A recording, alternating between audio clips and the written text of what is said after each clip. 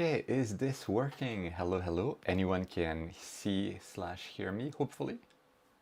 Let me know. I'm checking the chat at the same time. Hopefully it's gonna work. Or I am talking to myself, which can be good. Can be good. Probably not a problem. Probably. Oh, I'm so hoping that this will work. This is actually, oh yes, great. Bartholomew, ohayo gozaimasu. Good to know that you can hear. Astro Timber. Nate Drek says, all good, so we are good. That's really good. Yeah, I mean, this is, by the way, just a completely impromptu live stream. I woke up, I saw that we were almost at 50,000 subscribers, which is completely a vanity figure. It has no meaning, really, but yeah, still, could be fun if we can reach 50,000, but then I have to go to work, so maybe not gonna happen. I saw you. Okay, so this is good. Things are working. Hello, Sarah. Hello, Andy. Hello, Stephen. Hello, everyone. Hello, Christian. It's doing okay. I mean, it's Tuesday, but it's also Monday because it was a 3-day weekend in Japan. So I will be working later today. And Sarah says, good evening from France. Good evening, Sarah. Wait, in France it's like, what, 11:30 p.m.? I guess, something like that. It's pretty late. Hello, James. Sam. We have also Greg from Phoenix, Arizona.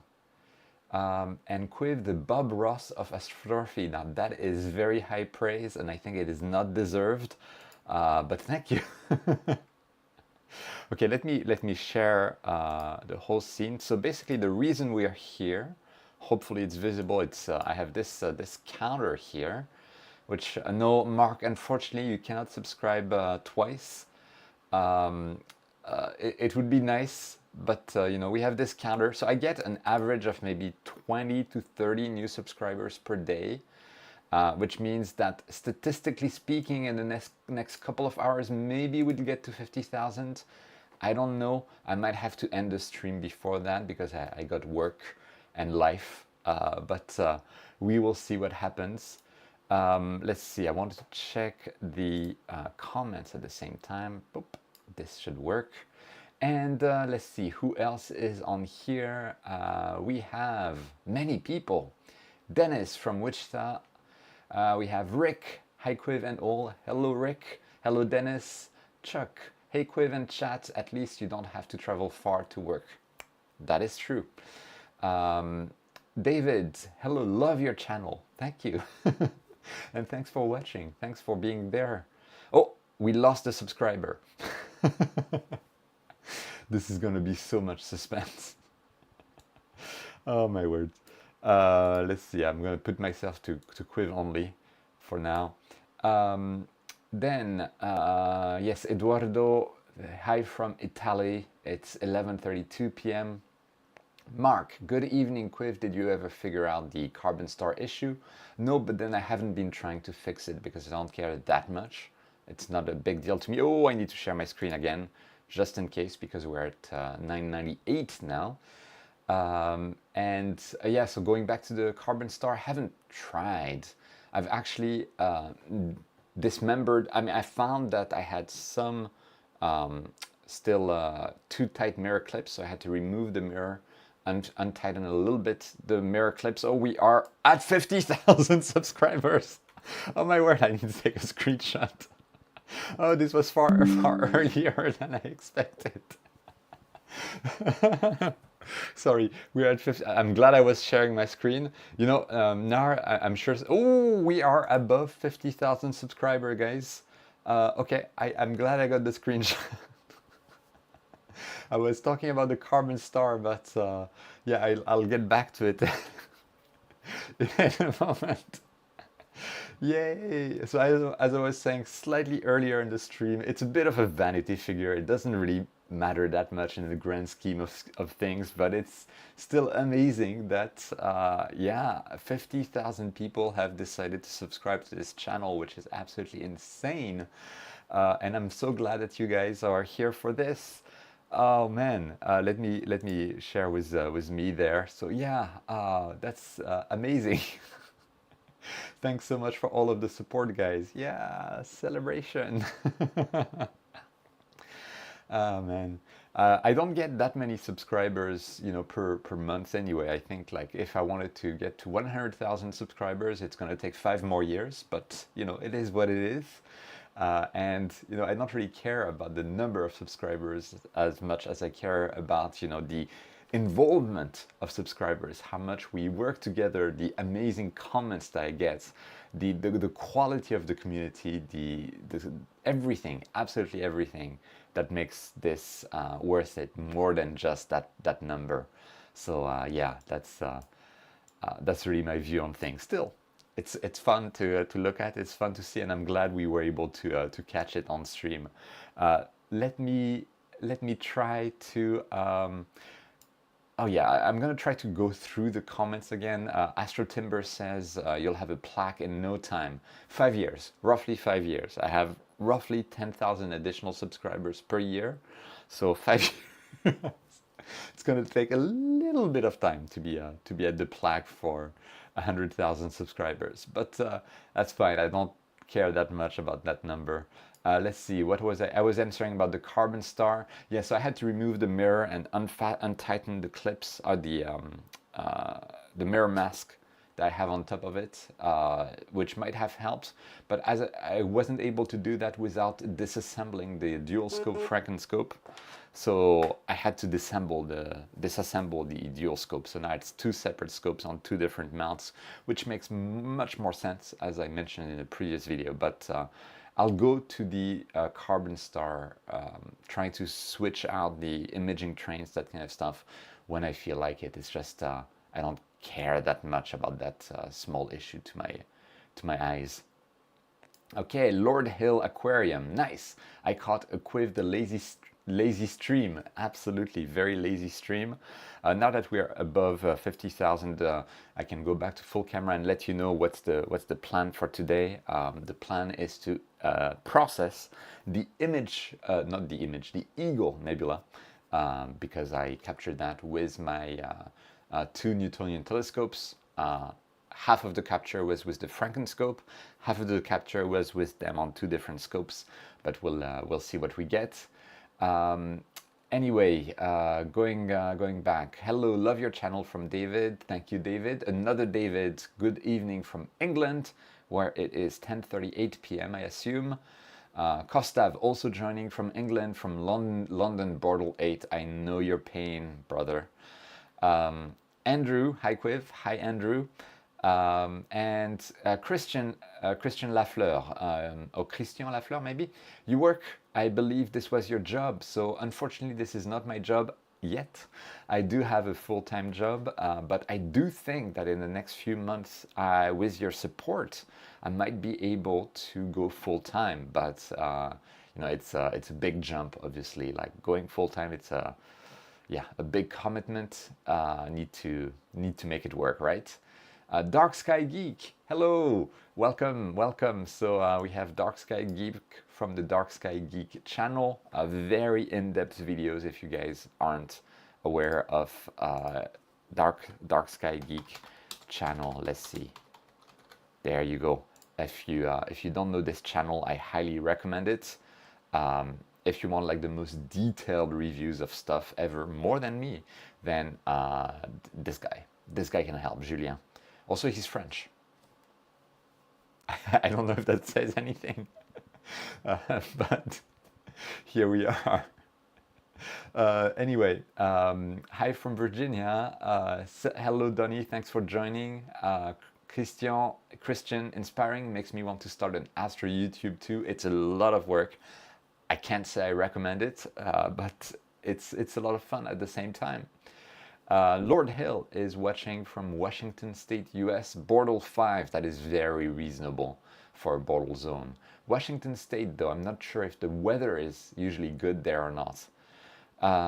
Hello from New Hampshire, from Bruce. And we have greetings from Germany, where it is now 11:40 p.m. from Jill. And I'm doing okay today. I just woke up, need to go to work in a couple of hours. the usual stuff, fun stuff. Thanks for asking. Andreas, hi from Sweden. I love your channel. I have learned so much from you. Thank you so much, Andreas. I love teaching, so that works out. And we have Bruno from Dijon in France. It's actually 11:40 p.m. I'm looking at 5 minutes old comments. And then we have the celebrations for 50,000 subscribers.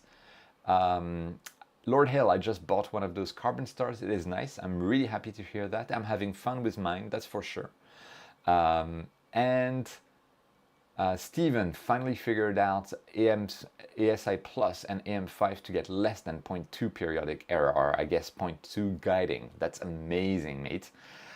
You can go with really tiny pixels with a very long focal length now, even though the ZW says the AM5 is what, only up to 900 millimeters focal length, which makes no sense to me. It definitely can support more, but whatever.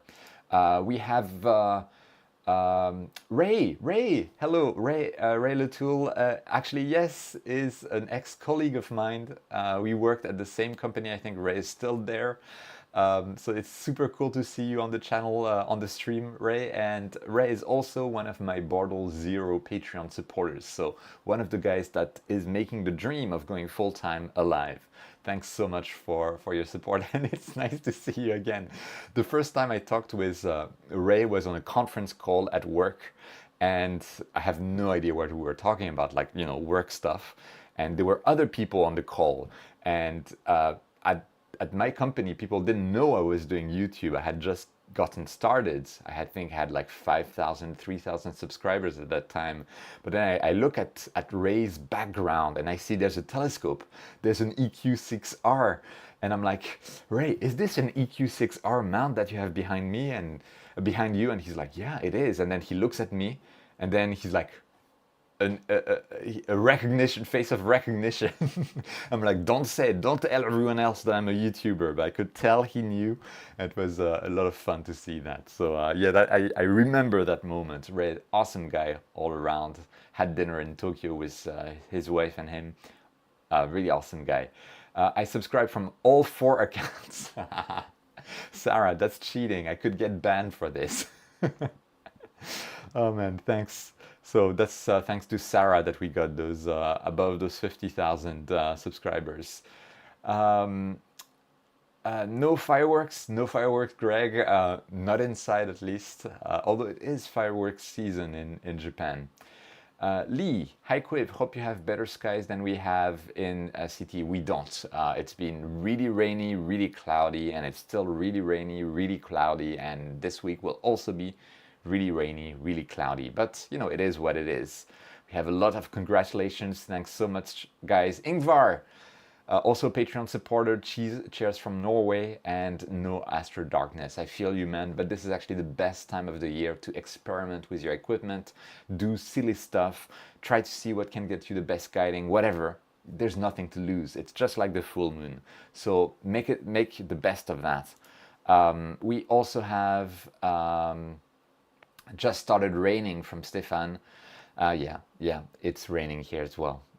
But you know, rain is good. Rain is life. It's just not good for Astro, but it is what it is. Stephen Thexton, hi Cuiv from Cumbria, UK. Love your contributions to the community. When you're doing an idiot's guide to the Stellar Mate, there's actually some good guides for the Stellar Mate in general, so I don't think I need to do one. And you know, I still have the Stellar Mate, I still use it, but in the end, just as with the ASI Air, I prefer Nina. I keep gravitating back to Nina simply because I love Nina, and you know, I contributed to Nina, and I made Nina the best thing it could be for me personally as well via my contribution. So there's a big link there. It's still a very good tool, but yeah, I'll need to think about it.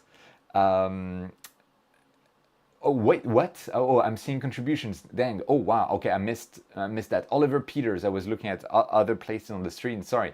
Oliver Peters made a generous contribution of 20 euros, and he says, "Congratulations, celebrate yourself. Greetings from the Black Forest in Germany, Bordel 4." Oliver, thank you so much for your contribution. This is, you know, it goes into the Cuiv Goes Full-Time Fund. And thanks so much for your generosity. It means a lot. Also, Germany, Black Forest, Bottle 4, that's a really nice area. And yeah, when I hear Black Forest, I think of three things. I think of the actual Black Forest in Germany. I think of the cake, because I love cakes. And I also think of a map in Age of Empires 2, but that is a very niche thing that I think of. That is amazing. We have some other donations from Chuck Astrophotography donating $10 US. Congrats on 50,000. Thank you so much, Chuck. Chuck is like a million like 10 million subscribers. I don't know. He's been going supernova recently. 673,000 subscribers. And Chuck does a lot of live streams as well. He does shorts, and I don't know if you've done any long form videos. Yeah, like not so many long form videos anymore, but amazing channel as well. Go check it out. The shorts are a lot of fun. And oh yeah, I was hoping to share my desktop while showing that. Chuck's Astrophotography. If you don't know it, it's a lot of fun for a channel. So go check it out. And so thank you so much, Chuck, for your generosity. And we have another donation. Oh, we have several other donations. Whew, I need to keep up there with your generosity. We have Dark Sky Geek. Congratulations, Cuiv, and thanks for the shout outs. Hoping you can go full-time soon. Thank you so much, Julien. Julien, awesome guy again. Great channel. If really, you know, he did a review of the what's the name, HAE69C EC mount from Ioptron recently. If you want to see, you know, a mount review done right, better than me, then this is what you want to have a watch on. So yeah, absolutely amazing channel, really in depth. The only issue with Julien's channel is there's not enough videos. I'm kidding, Julien. It's a lot of work, a lot of effort, and the high quality of the videos makes it all worth it. And we also have Justin Catroni also donating $9.99 for the channel. Thank you so much. So much generosity going around here. So, whew, now I think I've caught up on all of the donations. Yes, we're caught up, so I can go. I can go back to the comments. I was. Wait, I missed David's donation. Wait. Did I miss anyone else? No, David, I'm so sorry. Thanks again. Thanks for your donation. You've been giving on every single stream, I think, that you've participated on. So thanks so much for that. Again, thanks for your generosity. It means really a lot. And yes, it goes to the Cuiv Goes Full-Time Fund. This is amazing. Thank you so much. Oh, by the way, let me know, is the webcam quality good? Because I'm using a DJI Action 2, which I bought to, you know, for the YouTube videos. I haven't tried using it as a webcam until today, and I hope it's working out. So let me know if the quality is good. Drop the link, please, for Dark Sky Geek. Absolutely. I mean, if you search for Dark Sky Geek, it will come up immediately. But I'll put that in the chat. This is Dark Sky Geek, and oops, we also have Chuck Astrophotography. Let me drop the link for that. If you're not familiar with the channel, it's Chuck has. If you watch some of Chuck's older videos, he has bloopers at the end of the videos, and it's a lot of fun to watch. So yep. Okay. I'm trying to. I want to process stuff. And not forget, don't worry, we'll get to it. I just need to catch up a bit. Okay, Cheap Astro, thanks again for joining. You've been joining every stream, so this is amazing. Lucas, I might have missed your DM, but I'll try to find it. Oh, it's too many comments. I'm bugging out, guys. Cuiv has bugged out. Oh my gosh. I'll try to keep up. After seeing you with your Carbon Star, I picked the RC8 version of it. Had clouds since then, should be getting pictures tonight. Fingers crossed, Bartholomew, that you get pictures. I know the RC8, I think, can be difficult to collimate, but good luck with all of that. I'm sure you'll get amazing results. Freemind, no idea where I can buy the EQ6R Pro part in the US. They are as rare as diamonds. I had no idea, but these days you might as well go with something like the AM5 or even the AM3, unless you have like a very heavy setup. I mean, that's my opinion, just me. It will probably be an exponential increase. Stephen, I'm not sure about that. It's been very linear throughout the life of the channel. I don't see any indication that subscriber count will be getting exponential. I think my channel is too technical for this kind of exponential growth. Hi Cuiv, I'm doing Eagle Nebula too. I'm following your hits for guiding and everything. That's awesome. I'm glad this is helpful. Italy, Bortle 4. That sounds like an amazing place to be. Astro Timber, did you run into any trouble with Nina running the Frankenscope? Absolutely none. It's worked beautifully, no issues whatsoever. Congratulations from Barry. Thank you so much, Lucas. I need to find your DM. Cheap Astro, thanks for joining the stream again. Alexandre, nice channel. Thank you so much, Alexander. Think with Bookmark, drop the link I did. Wonder if there's a way to use a Wi-Fi router that shares the USB to do Astro. There is a way to do that. Someone made, I mean, it's like you can use the ASI Air as a wireless USB hub, effectively. I wouldn't recommend doing that, but it's a possibility. Hello from Seattle. Thanks for making this so understandable. I love seeing that because it's my goal. Make Astro understandable, explain things, and I love teaching. Already said thank you to David for his generosity. Sweden tuning in. I think you don't have a lot of Astro darkness these days, so thanks for tuning in. We have Slovenia, Europe, Marco. That's awesome. Hello from the Middle East. We get people from all over the place. This is amazing.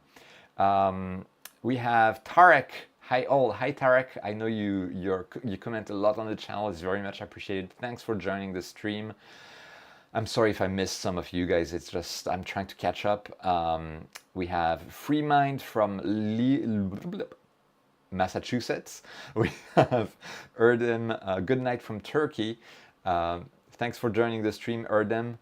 Steve, the ignorant astronomer. Usually people with that kind of name are very far from being ignorant. But hello, Steve. It's doing well. Thanks so much for joining the stream. Hope you're doing well as well.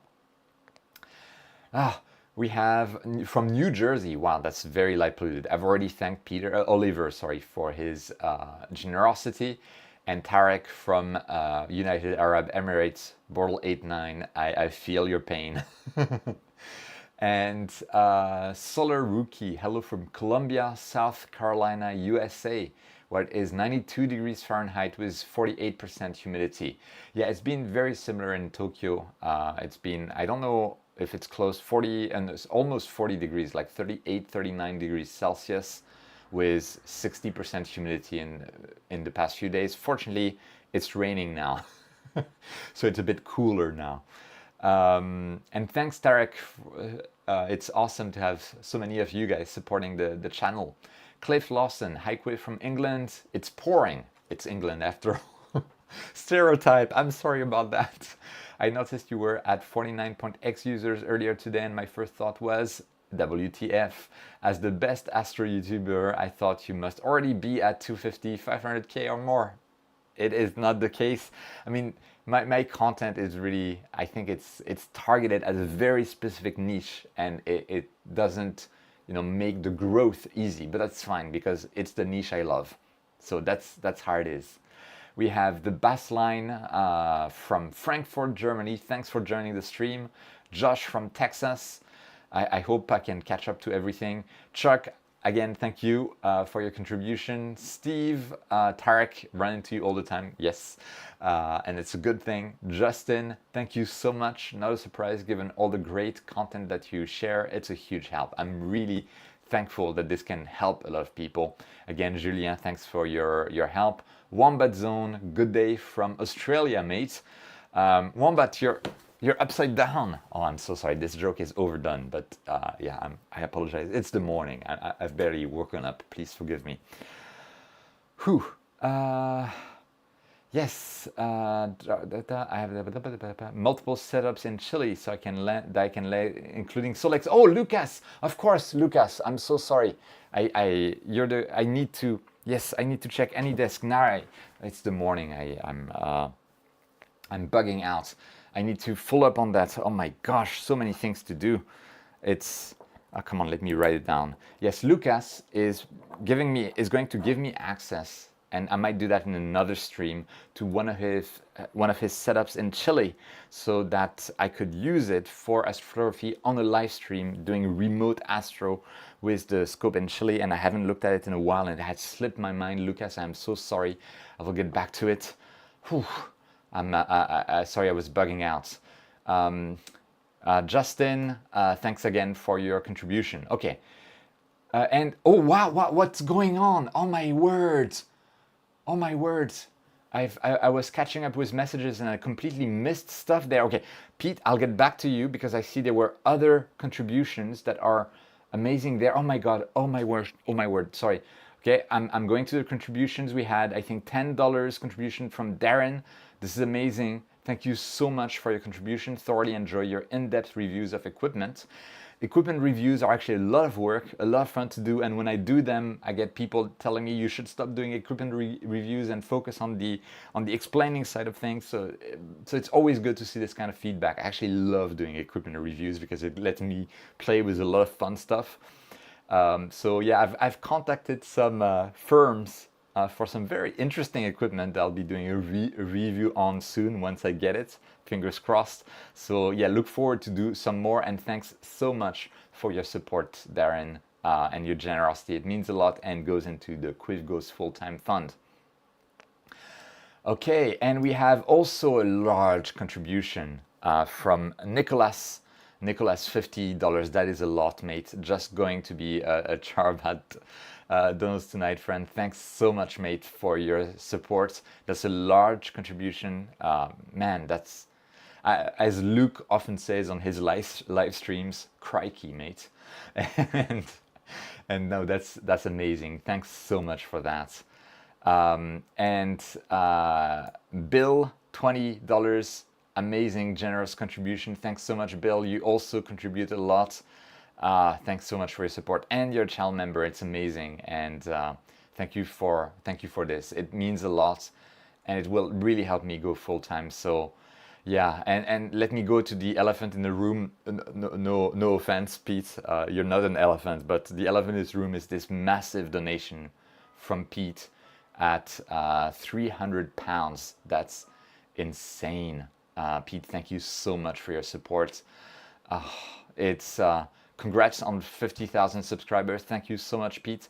This is, I have no words. £300. Wow. Thanks so much, Pete. It really helps a lot, and it goes direct into the fund going full time. That's insane. Thanks so much, Pete. And Pete says hello to Chuck at the same time. We have Chuck, one of the heavyweights of astrography. We also have Julien from Dark Sky Geek channel. We have so many people. And then we have Matt Simmons, just became a channel member. Thank you so much for your support, and thanks for becoming a member. And okay, thanks for the conversion to Fahrenheit. It's been yeah, very hot in Japan and humid these days, and yeah, no worries from Pete. Thanks again so much. Yeah, even though. And then we have another oh wow, Matt becoming a member, and in the same breath basically gifting 10 subs to the to viewers here on the channel who are now members by default. So don't worry, it does not renew automatically. So it's not like a poison gift or anything like that. This helps support the channel while giving something back in return to the other viewers of the stream, which is amazing. I want to catch up. I'm sorry, I think I'm not able to catch up with all of the messages. And we have Josh from Texas. Again, Lucas, I'm so sorry. I've completely spaced out. I really want to use your setup for a live stream. We have Wombat Zone, good for folks on ZW products. Everyone else will reign supreme with Nina. I'm waiting so much. I'm looking forward so much for the TaupeTech Astro Station, which, fingers crossed, can be an ASI Air, but for that also supports other cameras. So we'll see. And hello from Vancouver, Super Lumino. Thanks for joining the stream. Good to have you there. We have Edwin.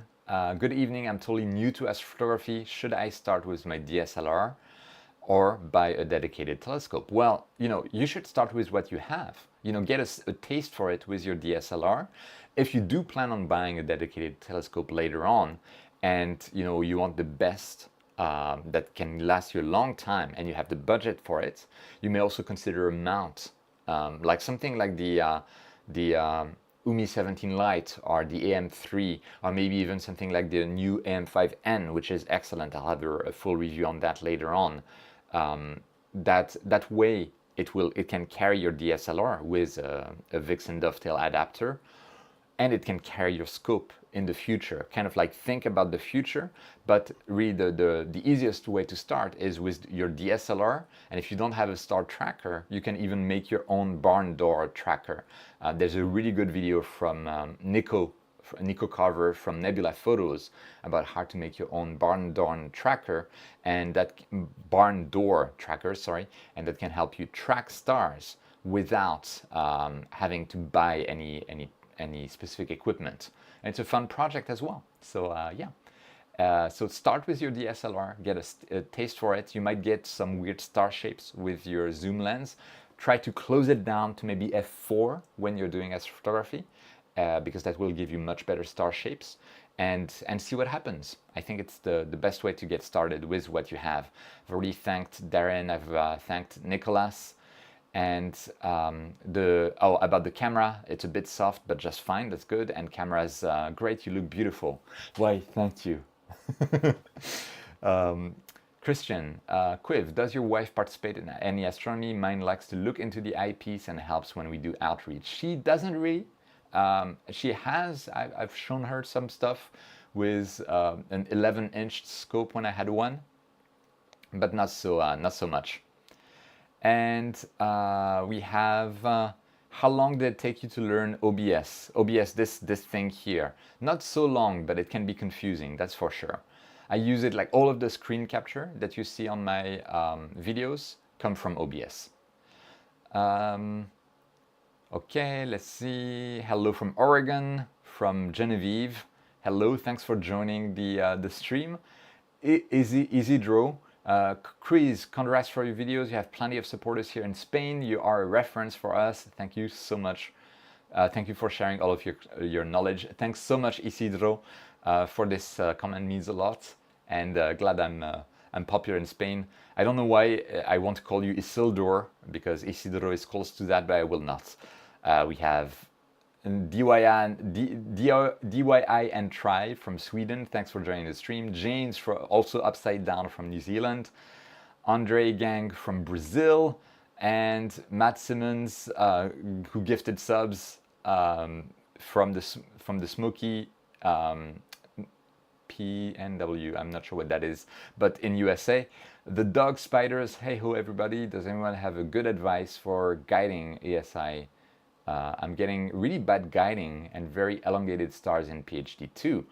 What telescope is that with? It will kind of depend on your scope, because if your scope has a very tight imaging circle and it gets like really faint with a lot of vignetting by the time the light reaches the outskirts of your imaging circle, then you can get bad star shapes and very low signal to noise for each of the stars, and that can be poor for guiding.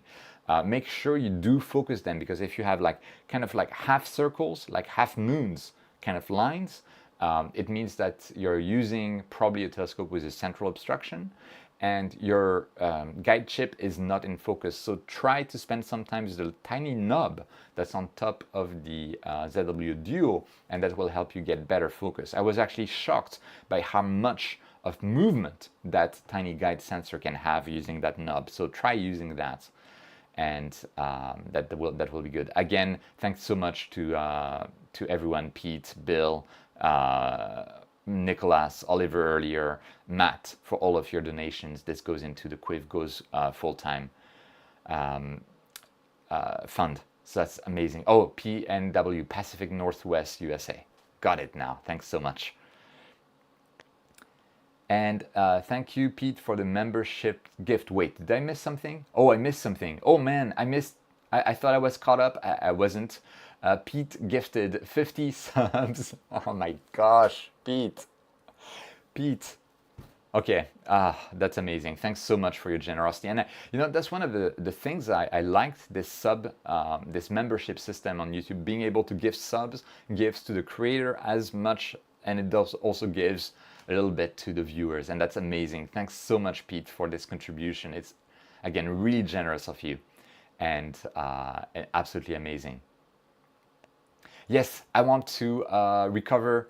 I want to wait, Lucas, I want to wait for the new moon. That's a very good point. But once we get new moon with your Chile equipment, we'll have one heck of a live stream. It's going to be amazing. Marco joining from San Francisco, California. If you're going to San Francisco, I'm sorry about that. Thank you for everything you do. That's thanks for joining. And it's probably around like in the middle of the afternoon, right? It's yesterday for you. I'm in the future, mate. And Chuck, I saw a video on an AM5 knockoff for $700 from AliExpress. I think that's probably not $700, or maybe on sale. That's probably the Juway 17 mount that I don't want to buy on my own because it's still too much of an expense for the channel. By the way, I did buy a Gemini focuser recently. I haven't set it up at all yet, but I'll feature that on the channel soon. Again, Pete, thanks so much for your contributions. This is absolutely amazing. Got my 150 PDS this week. Got to get a few extra things to connect my DSLR. Cannot wait. Oh, it's gonna be amazing. Those newts are a lot of fun. The PDS, I think the focuser can be a bit hard to deal with, but otherwise I think you're at F5, which makes things much easier than F4. You're gonna have so much fun, mate. Fingers crossed that you're gonna have so much fun. Brian, okay, yeah, Brian, okay, whatever. Sorry about that. Jay Moreno, what was your motivation to do a video about the focal ratio? I think there's a lot of misconceptions about the focal ratio, and you know, there's the statement that focal ratio is a myth, as well as the statement that focal ratio is important. They're both true in a very, very real sense. It really depends on your point of view, and overall, there's so many factors that go into making an image. The largest factor will be your light pollution, but you know, your scope, your focal ratio, your pixel size, your sensor size, your imaging circle, the quality of your optics, like you know, a Hyperstar C6 at f2 will have a great result. But when you look at the FWHM, for instance, so what I mean to say is the spot diagram, right, will also affect your images. So many things that can affect the images. The focal ratio is only one of those things, and it's often like used as the end goal or end all for everything, and I'm guilty of that as well, when it's not the case, right? So I wanted to make this video to really go into the details, even though like in the comments, there are comments that say like, yes, it's a good video, but you forgot this and that and this and that, and it's very good points, but the video would be 2 hours long, and I don't know if, and it would get lost in the details. Brian Fowler, thanks for joining. We have also, oh my gosh, I don't know how to pronounce that. Just sec. Let's find out. Just Slovenian pronunciation. You may not be able to hear that. Hard to pronounce. Just. Let's see. Joost. And totally did not work. I cannot hear anything. Well, I'll call you Just. Sorry about that. I get the feeling that it's probably Just, but I'm not sure. Hey, I'm not upside down. You are, James. Relativity. We discovered relativity. Oh wow, things. Oh man, I'm still. I really need. I will get processing, guys. I promise. I have the images there. They're coming. They're coming. I'll get there. I'll get there. Um, I'm just having too much fun interacting with you guys. I hope I'm not missing people. Let's see. Thank you so much for Pete. Yes, thanks so much. We have Sean Maston donating $20. Congratulations on 50,000 subscribers, Cuiv. Thank you so much, Sean. Goes straight into the Go Full Time Fund. This is amazing. Thanks so much. And again, thanks Pete and Matt for the memberships.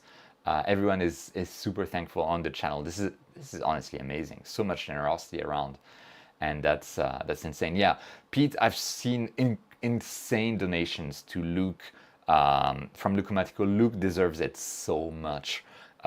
So it's well deserved. But don't. I hope you're not like ruining yourself or anything. So yeah, thanks so much. But you know, in Japanese, I would say "muri o shinaide," which literally means "don't do the impossible," meaning like, you know, very appreciated, but don't be too generous to me either. Thanks so much, mate. Okay, Cuiv, you need an admin assistant. I do, right? Maybe ChatGPT can do that in the future. Klexius, hi all, hi Cuiv. Thanks for your reply. I was thinking of getting a Skywatcher or similar to use with your DSLR. So if you're going to buy a mount, my current recommendation, depending on your budget, would be something like the UMI 17 or the ZWM3 or the ZWM5. Especially the M5 with the latest changes is amazing. There's also Warp Astron. If you have more budget, there's Warp Astron as well. That works well. But strain wave gear, although you do need guiding. Let me think that again. You'll need a guide scope and a guide camera. Those are not so expensive, but it is something to keep. Okay, you do your research. If you can do auto guiding, then strain wave gear mounts, in my opinion, are the way to go these days. おはようございます。おめでとうございます。Sarab、ありがとうございます。いや、本当に予報できてたけど、なんか、こんだけ多くの方々が私のチャンネルに登録していただいてなんて、信じられないぐらいですよ。もう始めて4年ぐらいで、こんだけなって、正直もうショックっていうか、いや、もう感謝で、もうありがたい。感謝でもう何とも言えない。もう何も言えなくなる。ということです。Sorry for the Japanese there. Vince, astronomers are just nice people. Exactly, Vince. We're such a cool community there. Lucas saying he just got the Gemini and it works fine. That's great to know. I'll definitely do a video on it. That's why I bought it. I really didn't need it. I have all of the focusers I need, but you know, I wanted to get to it. Jose, I purchased that Gemini before the Cuiv price bump. I hope they don't bump the price up, but I'll definitely feature it on the channel. Thanks from Bishop, California. I have learned a lot from you. That's awesome, Joe. Thanks for letting me know. I bought a Gemini before Cuiv can make a video about it. Now I'm buying some other stuff too, but sounds Cuiv have everything to his door. Yep, absolutely. Astrometers are nice because you have to be patient. That is a very good point. We have a hobby where instant gratification just isn't a thing, right? So as a community, we tend to be patient and understanding, and we like to learn and teach at the same time. I think that's one of the things that makes this community so amazing. Although we do get into flame wars when, you know, we have a different understanding of the same thing, because typically we tend to be smart people as well. And when you put too many smart people in the same room that share different opinions, everyone is convinced that they are right. And then you can get some amazing arguments, which is a lot of fun too. Super lumino, yeah, muri o shinaide, exactly. Okay, I think I'm caught up. Hello from France, from Thomas.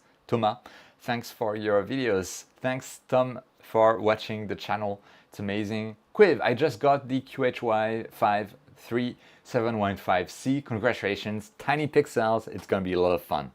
And we have a hello from New Jersey. And I think I am officially up to speed. I'm sharing my screen, everything's doing good, and I can start processing. So while I'm processing, actually, I'm gonna resize PixInsight so I can see what's happening on the chat while I'm processing. This is what I should be doing. Let me do that. So I need to resize this a little bit. Come on. There you go. Okay, I'm gonna go like this, and we can. Oh man, you can see I've installed a lot of games recently. Don't mind. Okay, there. Here we go. Okay, now we can get processing. I've caught up with everyone. The celebration, everything's awesome. I love you guys, and thank you so much for your support again. No, you'll miss this comment if you do processing. No, I will watch the comments. Everything's good. I can view the comments and process at the same time. So what do we have? What do we have here? We have the Eagle Nebula, and we have H alpha oxygen 3 on one side, and we have sulfur 2 oxygen 3 on the other side. And this was taken with my Frankenscope until I had to remove the primary mirror of the carbon star because I actually had tightened my primary mirror mask too much. So I noticed a little bit of astigmatism, except that I couldn't remove the primary mirror without removing the whole scope from the dual scope setup, and therefore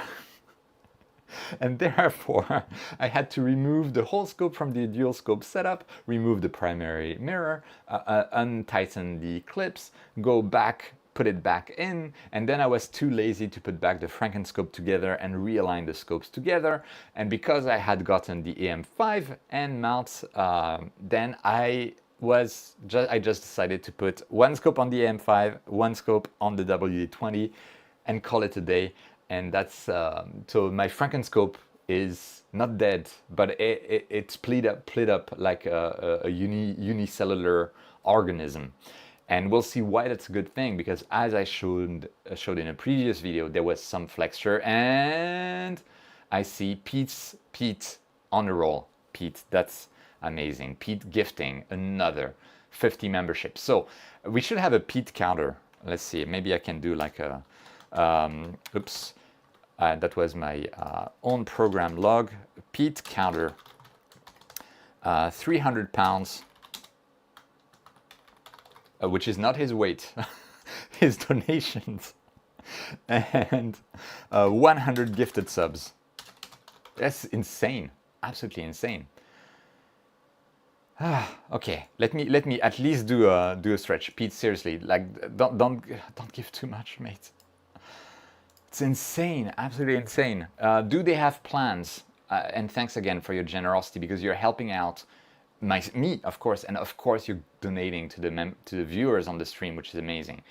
Let me do a screen transfer function on the two images so we can actually see what's going on while we're looking at stuff. And by the way, if I'm still doing the stream and we still want something more to process, I have this little tiny 96 megapixels image, which is an insane wide field image of also the Eagle Nebula in the center, but with the Omega Nebula there, and whatever this is, it doesn't have a name apparently, and I want to use that as my next target, but we have this to play with as well, if you guys are interested. This is my first image with the full frame sensor camera I'm reviewing, and paired with my red cat.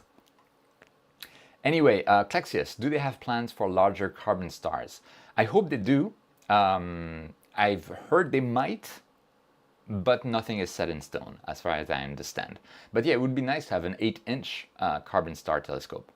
Mia says, Disco Elysium, Abduction, and Firewatch are absolute joys to play. Oh yeah.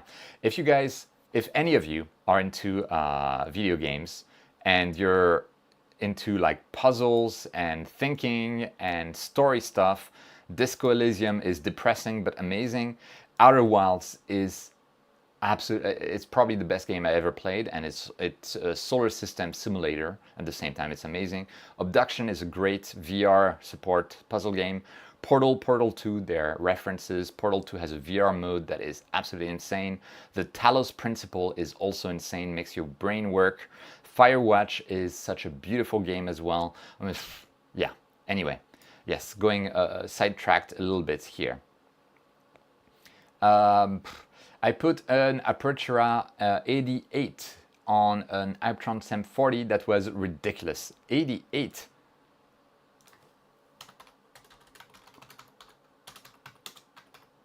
Oops, I have caps lock on. Ah, oh wow. Yes, that sounds like it would be completely ridiculous. Oh my gosh. Yeah, that would be ridiculous. That would be absolutely ridiculous. You should share a photo somewhere, Lord Hell. Ricardo, amazing. Yes. Edwin saying thanks for the gifted membership by Pete. Really appreciate it. That's Pete, absolutely amazing. And we have no problem, glad to help. What a Chad. What an absolute Chad.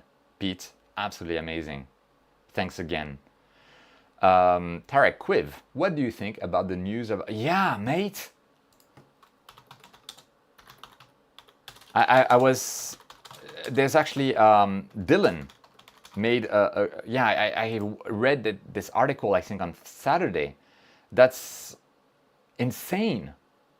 Mead, Orion are going out of business, and yet, as far as I know, they still accept orders, which, like, PSA, don't buy anything from Mead right now until we know what is actually going on. There's a great video, Dylan Mead. Oh, that didn't work.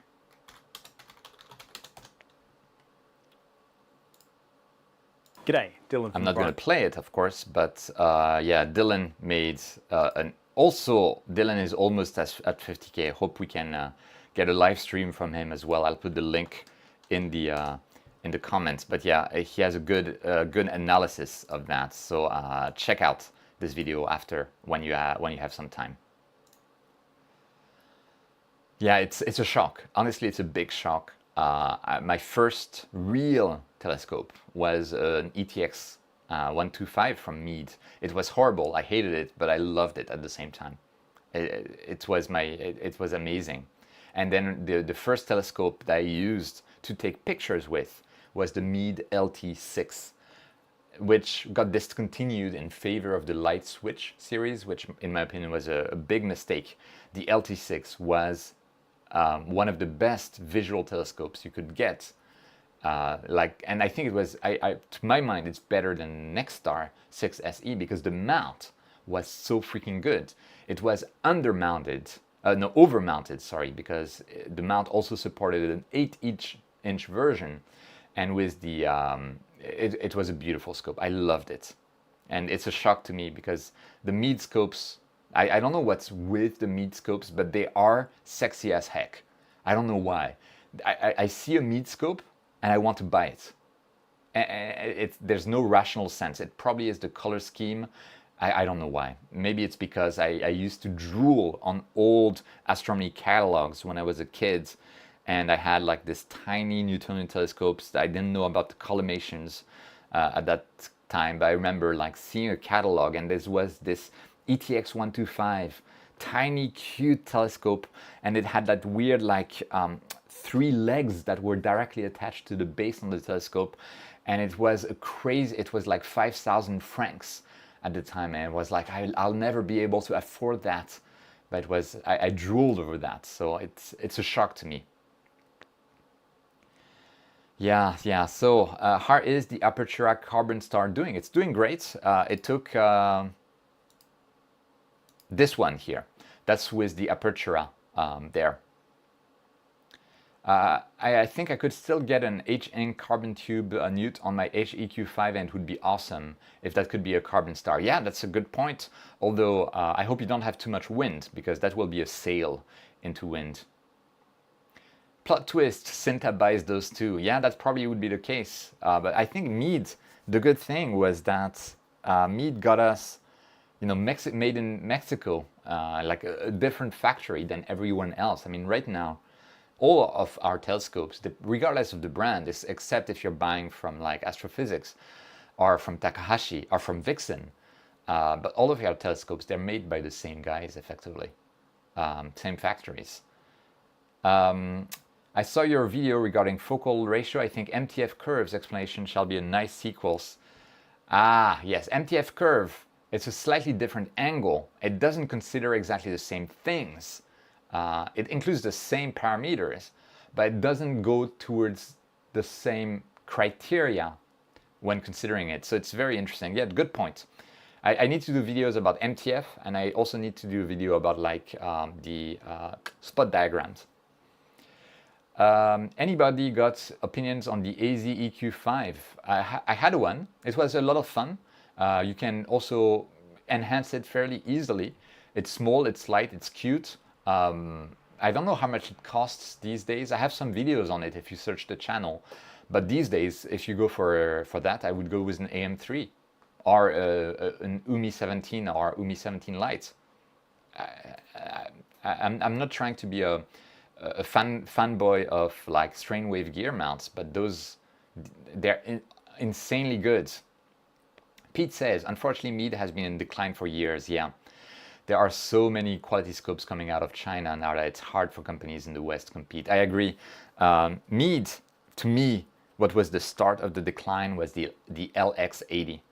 The LX80 was a mount that looked amazing.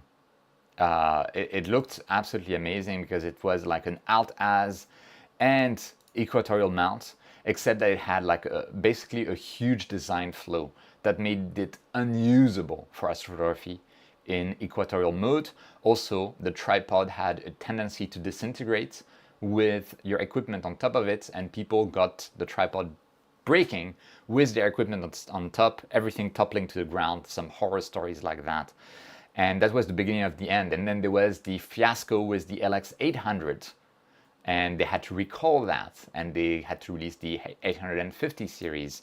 That's where I draw the line between like the beginning of the end, really, with Meade. Yep. So yeah, I think Pete, you hit the nail on the head there. And yeah, I always thought that Meade had a following, but yeah, very little throughout the years. There was this guy on Cloudy Nights always praising Meade. I think Andrew, there's two Andrews on Cloudy Night, and one of them was a big Meade fan and ambassador, but I don't know what's happening to him these days. Wombat Zone, I started with the Star Discovery 150p, first for visual, and then bit the bullet after doing the DSLR. Yeah, that's the way you get into the hobby, into the black hole. Congratulations, your wallet hates you now. Oh man.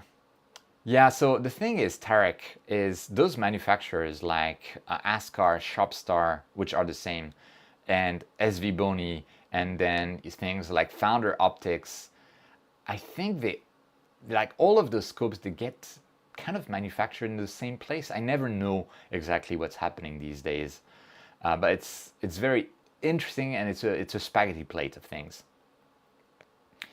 Hello, Rodney. Hello, Cuiv. How are you? Been a while. Trinidad and Tobago. Thanks for joining the stream. It's been a while. And Seafugard says, congratulations. Thank you so much. We are now at 50,012 subscribers. So fortunately, we haven't gone under that number. Luca, yeah, they kept the US price, but with Chinese optics from Cinta, yeah, they couldn't compete, I guess. Could I use an ASI Air Pro Plus with my Nikon DSLR in combination with a tracker mount? Yes, you absolutely can.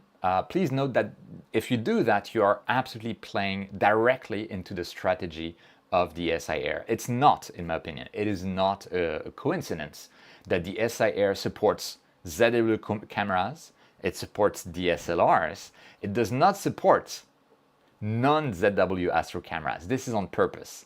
This is so that they can grab beginners like you who are using DSLRs early. They make you use the SI Air, and then you're stuck into the ZW ecosystem, which is not a bad thing. I mean, it's a bad thing in a way, but at least the ZW ecosystem is a very strong ecosystem. But that is their strategy. It would work great, DSLR, with a mount, a cheap mount, let's say the Star Adventurer GTI, or the Juway 17, as we mentioned it earlier, and you add the ASI Air, and you add a guide scope and guide camera, it works beautifully. But you'll be now in the ZW ecosystem, which is perfectly fine. You just need to be aware of that. Astrophysics is impossible now that I'm well past 40, would probably die before getting through the queue. That is a good point. At Astrophysics, there's a queuing system if you want to buy anything from them, because they do everything like, it's almost everything is handmade, beautifully crafted. So there's a huge queue to get there. Maybe like if you were Elon Musk, you'd probably tell them like, hey, I'll pay you $1 million for this, and they'll probably put you at the head of the queue. But yeah, otherwise, yeah. Being in Japan, do you have any Takahashi, Vixen, Borg scopes? So I never had a Takahashi scope. The reason is I see that everything's expensive. The adapters stuff with Takahashi looks like a nightmare, so I didn't want to go that route. But recently, Julien from Dark Sky Geek channel bought a Takahashi scope in Japan. With the very weak yen these days, it was very cheap for him. For me, obviously, it's not cheap because I get paid in yen in my full-time job. And Vixen scopes, I love Vixen scopes. I love Vixen mounts as well. They are completely underrated, but that's because Vixen is expensive in the United States. But with the weak yen these days, Vixen should be doing a push in the US and in Europe, and they're not. Because Vixen, they make some great scopes, some great mounts, and they're used only in Japan because they have no strategic sense. I would love to, talk to Vixen and talk to the CEO and tell them like, okay, you need to do something about it. Just hire me as a consultant or something, because it's so frustrating. They have some stuff, mounts that are made in Japan, scopes that are made in Japan, and they're great. But they fail at software to some extent. It's better now, but still, they fail at marketing. They fail at selling abroad, and it's so frustrating to me. And to give you an idea, I also asked. I sent an email. I need to do the same thing for Takahashi, by the way. I sent an email to Vixen asking if I could tour their factory for a YouTube video, and their answer was basically, "Can you give us like a properly formatted?"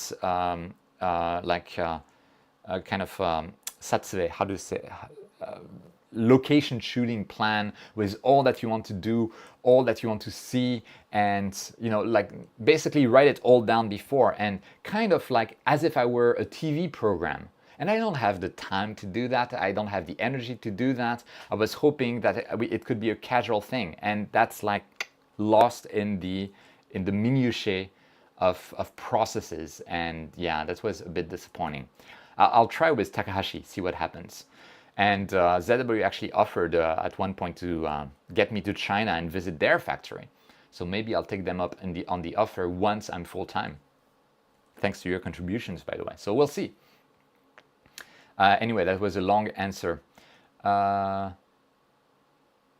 Yeah, I agree, Lucas, that worm gear mounts might die slowly. Thanks, Roy. Thanks so much, and welcome to the stream. Thanks for joining. Yes, I absolutely agree, Mehdi. The power of ZW, and ZW has that power because of the ASI Air, which is an amazing piece of kit. I've been wondering these days if it wouldn't be possible to create a Raspberry Pi based device that connects to a TopeTech or other cameras, and then pretends to be a ZW camera on the other side, so you could use them with the ASI Air. But I think it's going to be better to simply wait for the TopeTech Astro Station version of the ASI Air. Darren, and then I saw your review on the M5N. I'm coveting one in a big way. Spoiler alert, my Patreons also already have access to that video, but it's amazing. The M5N works excellently. Highly recommend it. I'll have the review up probably at the end of this week, or early next week, or end of next week. We'll see. Astro Dragon, this channel will reach 500K within 2-3 years at the pace of your video output and quality. So that's I wish, but because of the niche and because of how I target my videos, I have a very linear growth of basically 10,000 subscribers a year. And I don't see any exponential curve, anything like that. So I don't think that's going to be the case. But, you know, one can always hope. We'll see. Maybe the ZW teams changed and it will go through a crisis. I get as many important actors. Wait, what? I had no idea. Is that about like player one, Astro? Give us more details, Lucas. We want the crispy details there. Oh, Pete, Vixen mount for the win. I've still got my GPDX. I had that as well. It was such an amazing mount. And I had actually the Skywatcher EQ5 go-to system on the mount. And I was using that with actually a C11 and it still worked. Absolutely amazing mount. Completely agree. So we have explore scientific areas, selling them from Dixon. That is good. Good to know. ZW ecosystem for me is unbearable. They are great, but I won't fall into their trap. Similar or same as Apple. It's a compromise, right? They make good stuff. They make really good stuff. There's no denying it. But they don't make a rotator yet. And you can only use their focuser. So if you're using the ZW-SI Air, you cannot go budget with the Gemini focuser. So yeah, it's a compromise, right? And the TaupeTech Astro Station might break this. Might break the stalemate. So that's what I'm really looking forward to that. About filter for the, what's your opinion on filter to remove part of the city atmosphere wheel? Okay, I don't quite get it.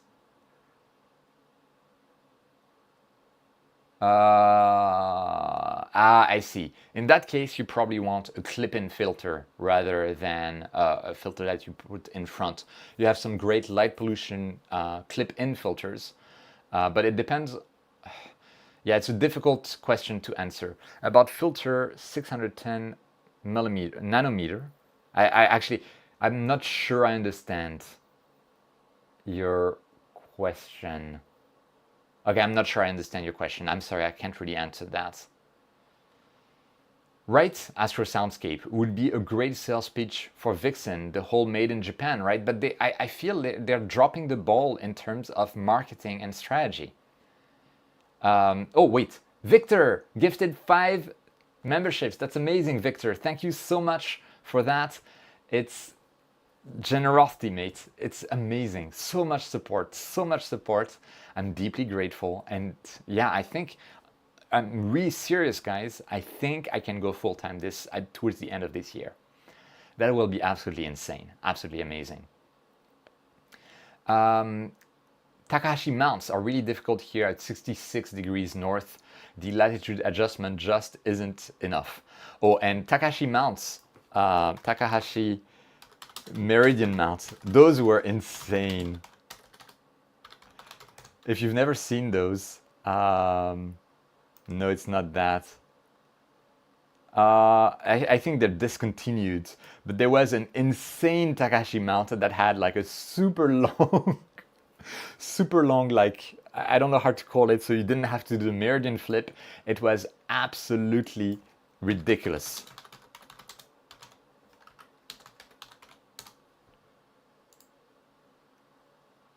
I can't find it, but yeah, there was Takahashi mounts. There was a pretty fun one that I don't find it. They discontinued it, I think. But yeah, Takahashi had some interesting stuff as well. Hello from Toronto. We have a few letters in common. Anton, thanks for joining the stream. Mika, Stellarmate has always been good for me. Yeah, Stellarmate is really good, but there are some bugs and it is definitely more difficult to use than the SI Air. The SI Air is such a smoother process. To me, the Nina is easier than the SI Air. That's unpopular opinion, but that's just me. But yes, still, the SI Air, I have so many conflicting feelings about it. It's a great control box. But and it did so much for the hobby. It brought so many people to the hobby. It's absolutely amazing. But the ecosystem, right? More details, can't tell the names, but engineering and new project managers moved in Player One and TaupeTech, as I got email from them noticing the change, and they push hard to get partnership. There's one thing too with ZW, I don't know if it's true, but I've heard that ZW actually has put pressure on dealers across the world to not list Player One cameras on their shop, which, if that's true, is really, really bad. Like really, really, really bad. But yeah, I don't know if it's true.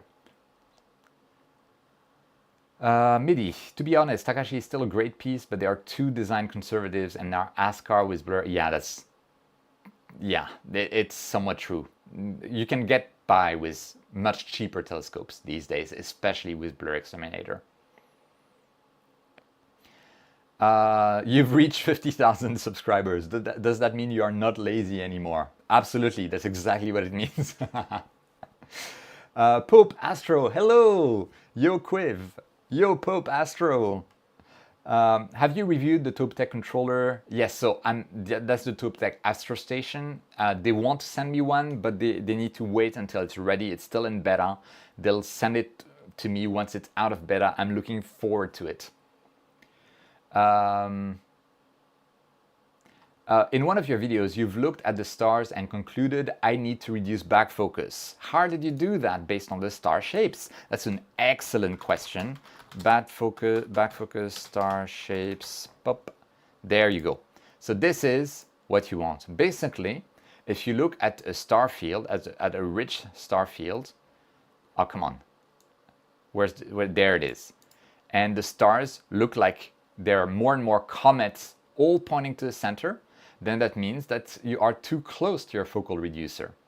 If you have like those weird 90 degrees, like perpendicular to the line to the center, then you have too much spacing to your focal reducer. That's basically the only thing I look at. That's it. And I try not to be too like demanding. Like I see this and Bazooka Man, awesome handle name, saying these star shapes bother me. I look at those star shapes and to me they're absolutely perfect. I don't know what there is to be bothered about. So remember, don't be a pixel peeper. Oh, okay. Oh yes, Takashi EM200 MRD. Thank you guys. That thing, yeah, so it's Seisan Shuryo Kanbai. So they no longer make it. But yeah, Takashi, Meridian Sekidogi. And yeah, look at that. How ridiculous does this look? I saw that and I was wondering, like, what have they been smoking? This is insane. Oh man. Anyway, yes, now that we've had a little bit of fun there, any word on the ZW AM5, AM7, AM10? I think they are working on one right now. If you want something with more carry capacity, you want the WD20 from, what's their name? Warp Astron, which is really, really good. You can also consider some Ioptron mounts, although check Dark Sky Geek's review of them first, of the HAE69EC. And I think, dang, what's the name? There's this blue mount, NX101, that you could consider as well for larger payloads. Who does that? Nope. NYX from Pegasus Astro, something else that you could consider, although it is not cheap.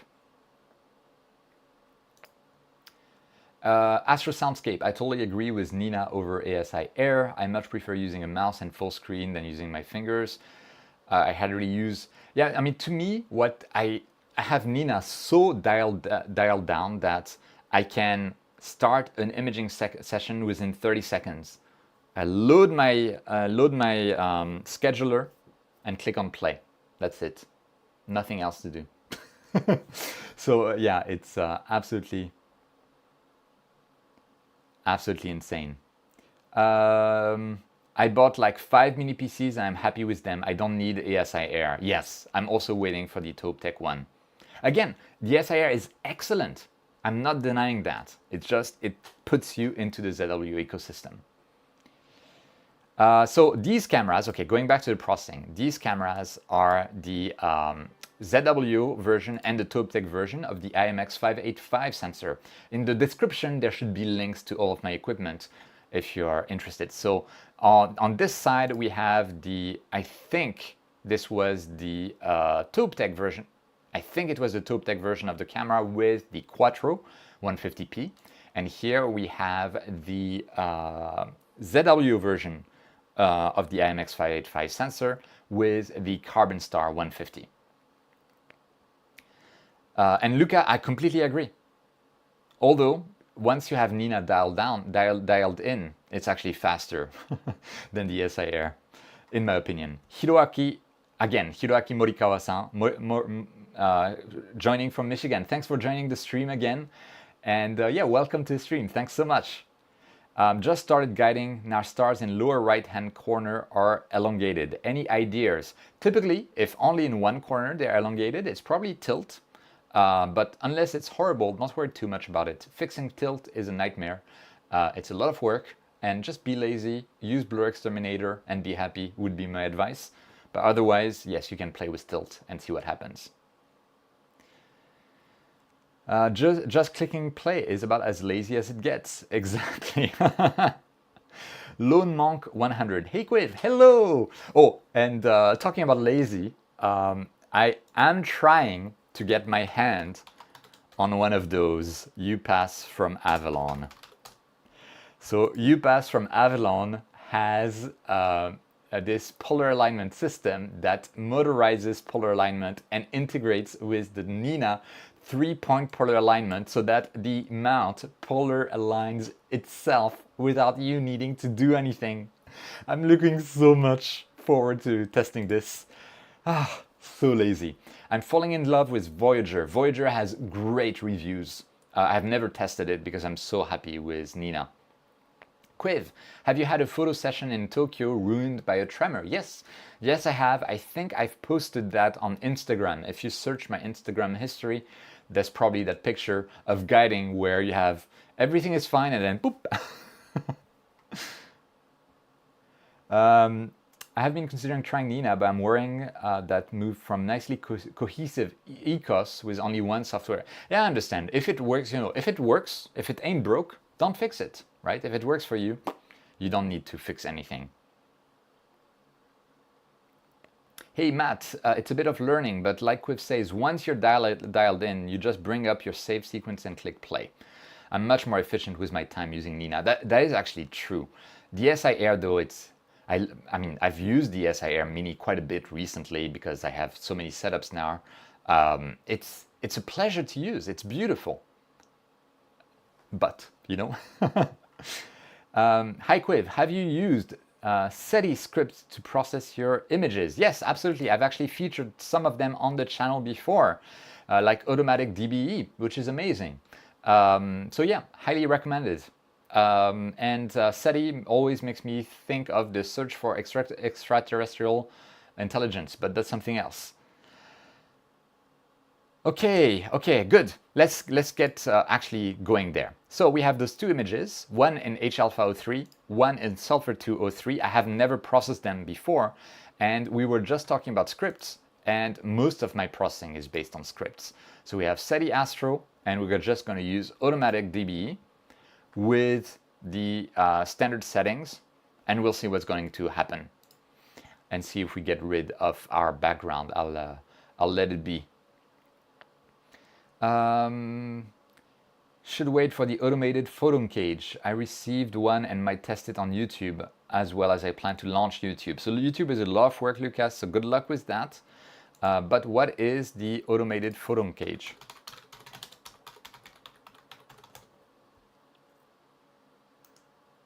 Let's see. Ah, oh wow. Oh wow. Okay, you know what? I looked at this. That was my train of thoughts behind those two oh wows. First, you'll have the whole automated tilt there with tiny motors there. Insane, everything's going to get created. This is awesome. That was my first oh wow. My second oh wow was looking at the price. and the price was insane. Are we still live? Because I got like a reconnection successful message. Hopefully we didn't lose connection. I'm gonna check on my smartphone, see if I'm still on my own channel. Just give me a second.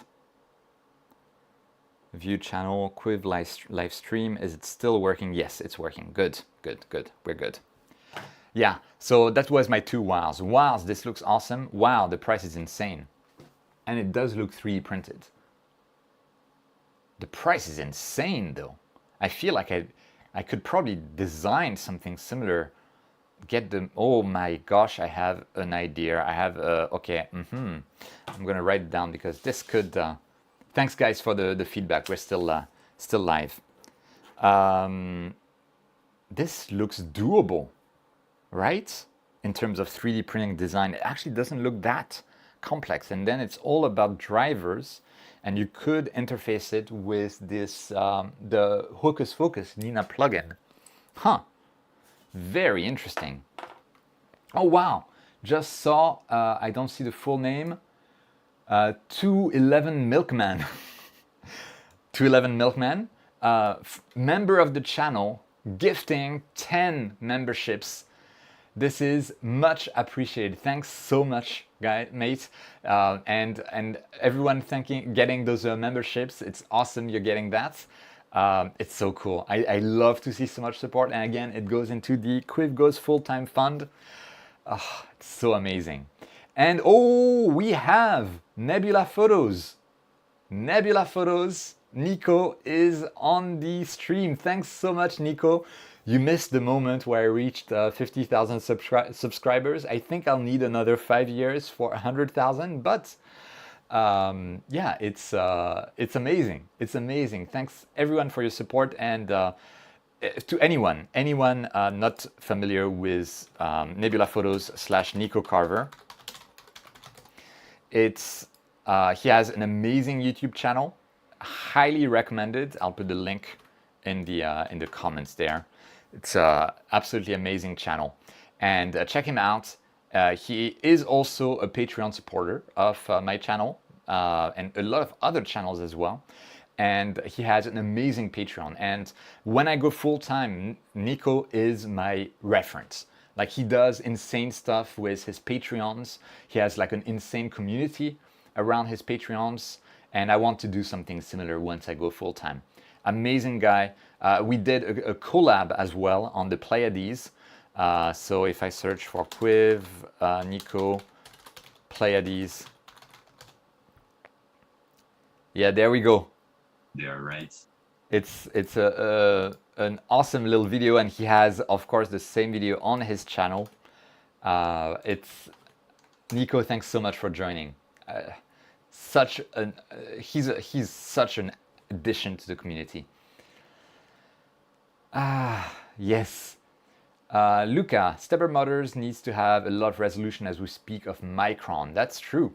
Although with micro stepping, and you probably don't need a lot of torque, I guess. Huh. I don't know. It's very interesting. I guess we could also do with just, I mean, we can get a reference of how much stuff is moving with just, what's the name? What's the non-stepper servo motors, which then you have much more precision. Why is my name green? I have no idea, but it is. And welcome to the stream.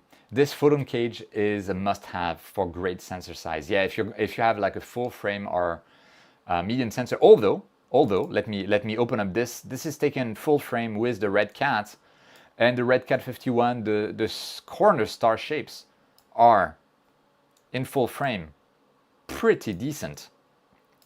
I mean, sure, they're slightly elongated, but unless you're gonna publish an image of just this corner, not a problem at all.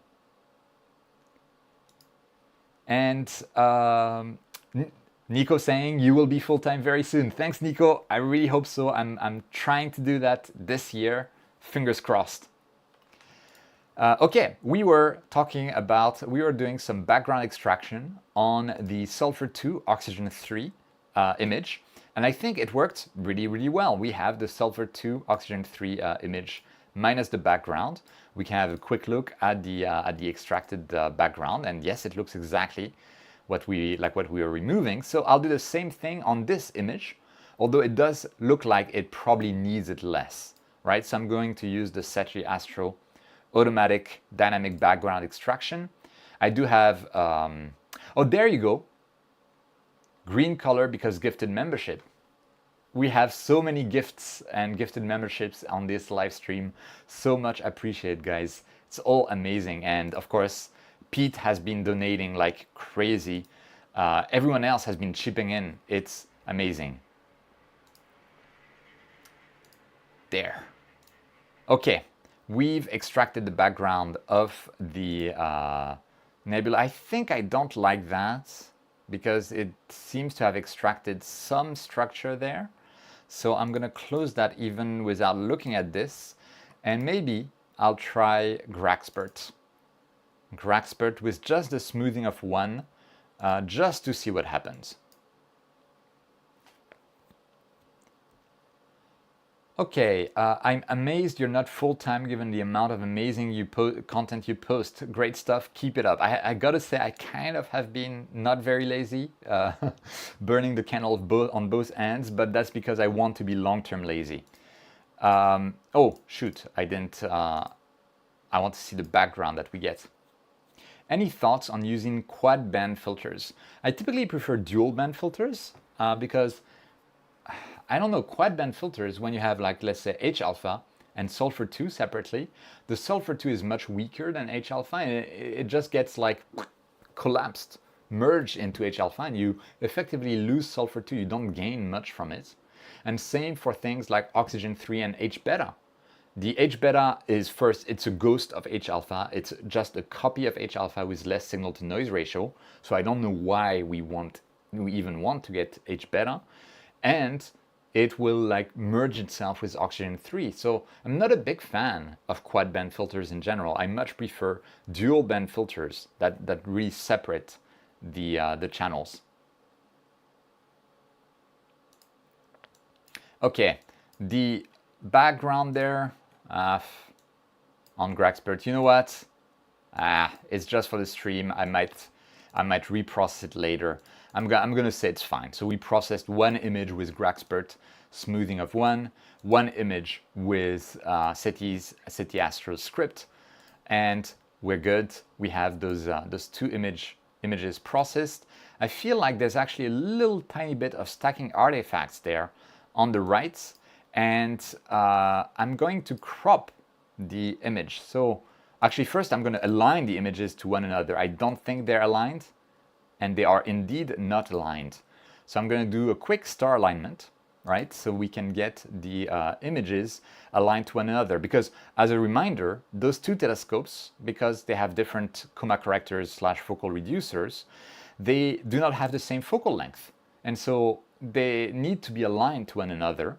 And you can absolutely do that at the end, right? So let's say my reference image will be the, wait a second, I'm going to rename them first so we can see what we're doing. So I'm going to call that HA, oxygen 3. And this one I'm going to call it sulfur 2, oxygen 3. There we go. And we're going to see, let's say my reference image will be HA, oxygen 3, which was the longer focal length of the 2. And then I'm going to match sulfur 2, oxygen 3 to it. So I'm going to add sulfur 2, oxygen 3 here and click on, I think we need to use apply global. James says, I'm afraid I'm going to have to sign off. Nice to see you, Cuiv, and congrats on 500, I wish, 50,000 subscribers. Thanks so much, James. Have a good night, maybe, and thanks so much for joining the stream. Okay, this did not work. Could not find a pair of star mat. Oh, interesting. We're going to have to go into star detection. Maybe I need to increase the noise scales, do some noise reduction, increase the hot pixel removal, and try again.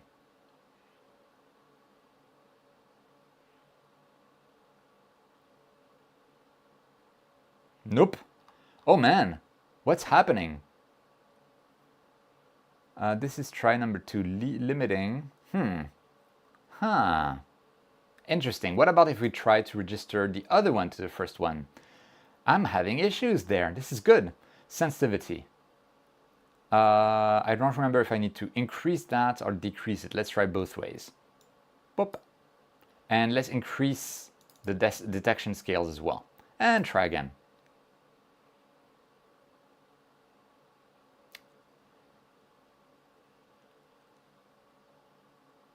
Wow, we're really not able to do things there.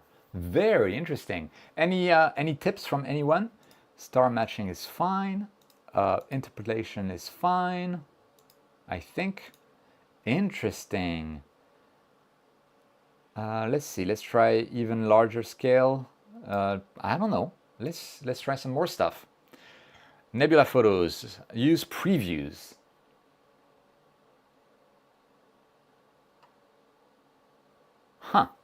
Use previews. While Nico appeared. Wait, can you align a star, an image using its previews? How does that work? So, for instance, how would it work? I align previews to one another. Let me try. Let me try something. Just take a preview here and then a similar preview there. Okay, and then see if instead of that I can use preview 1, okay, add views, and sulfur 2, oxygen 3. Put a preview box around similar parts on both images. Okay, let's try.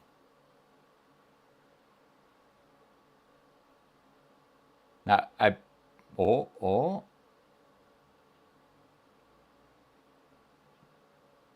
let's see.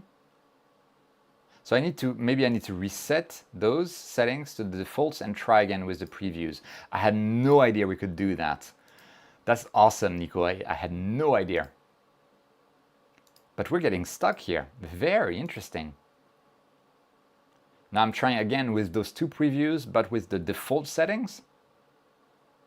I don't know why. Stars are very visible. Let's try again the scales. I've never really had that before.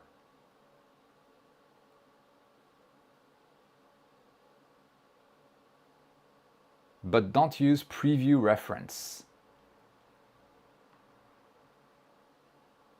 Okay, so use the full image.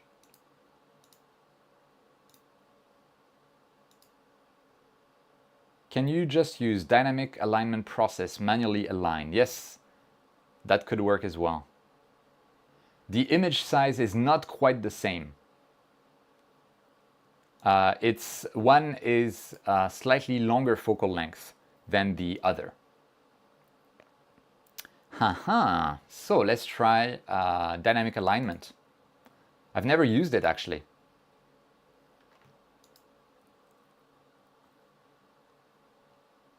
I'm not sure why it has trouble, because though it's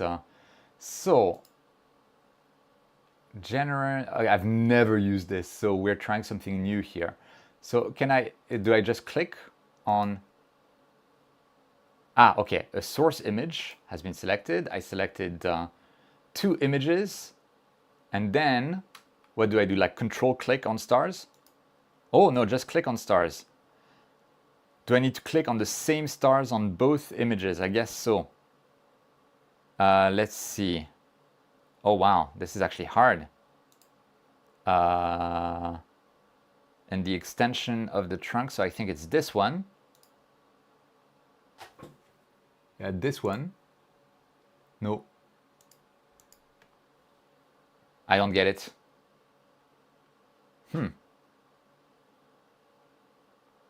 No, it matched the incorrect star, because the images are not the same. Yeah, it did not match the same star, because it assumes the stars would be roughly at the same spot in each images. So it doesn't seem to be working. Oh wow, interesting. Yeah, normally the automated thing does rotation. I'm really confused. So you know what I'm gonna do? Maybe, Those are both drizzled images. So maybe what I can do is I can do my usual blur exterminator. You have to drag the location in the second image. Okay, let's try again. Thanks. So dynamic alignment, image number 1, image number 2, okay. We'll put them kind of on top of one another. And let's say I want this image. Oh no, I need to use on image number 1. No, I'm getting frustrated. Okay, I need to make them a bit smaller. I need to make them a bit smaller so I can see both images at the same time without like having to click around too much. That's very interesting. I'm learning new stuff. That's what I love doing about those kind of lives. Okay, we have both images somewhat visible. Let's try again the dynamic alignment. Image 1, image 2. So image 1, this star here, let me think. So this star here, this guy here should be, now I can drag this one there. Okay, we have one star matching one star. Oh wait, I'm an idiot. I know what I can do. I can rotate first. Wait a second, is that a rotation? Or do I have some weird mirror effect going on? You guys are right. I think if we do a rotation, pop. Yes. Wait a second. They're flipped from one another. I hadn't noticed. They're flipped. There you go. Okay, I'm going to cancel the rotations. I'm going to try again with the automated thing. Those images are flipped. Am I going crazy? Yeah, those images are flipped. Let's try that. Yes. And then rotate.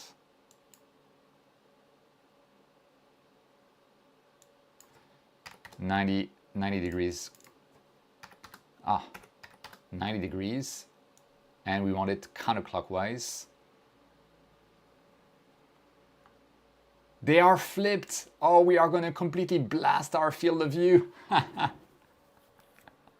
Oh my word. There you go. There you go. I think now it's going to work.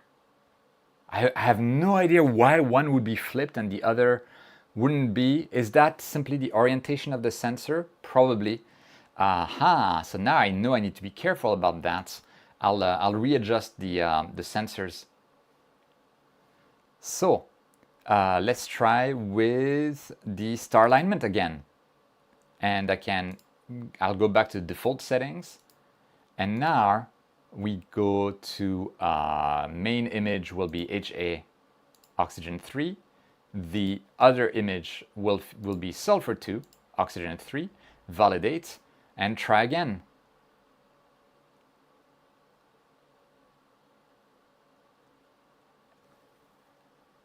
Magic.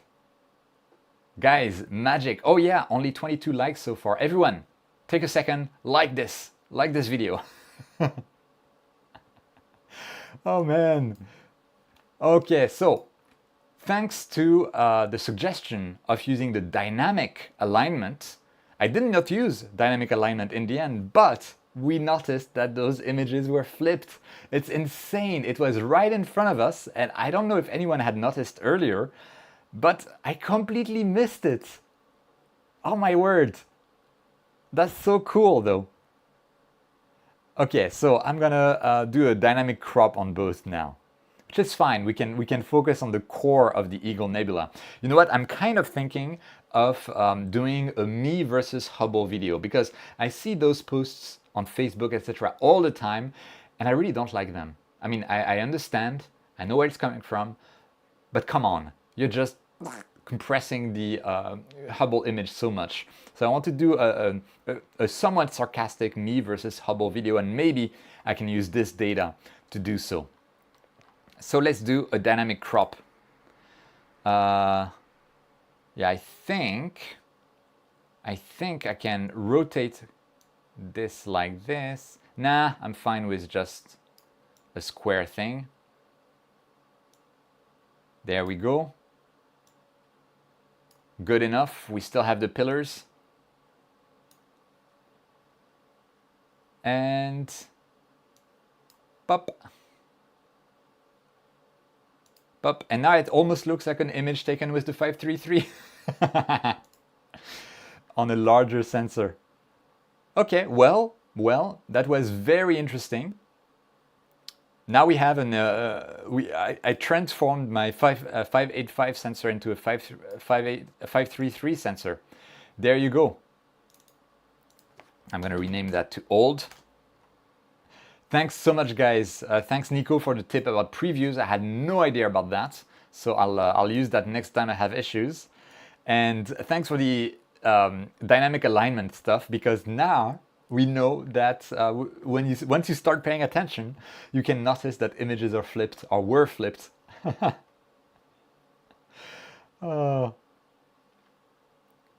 Nebula photos. I've seen your car's bumper sticker. Kind of weird that it says cowboy bus drive me nuts. Seriously, is that for real? Nico, can you comment on that?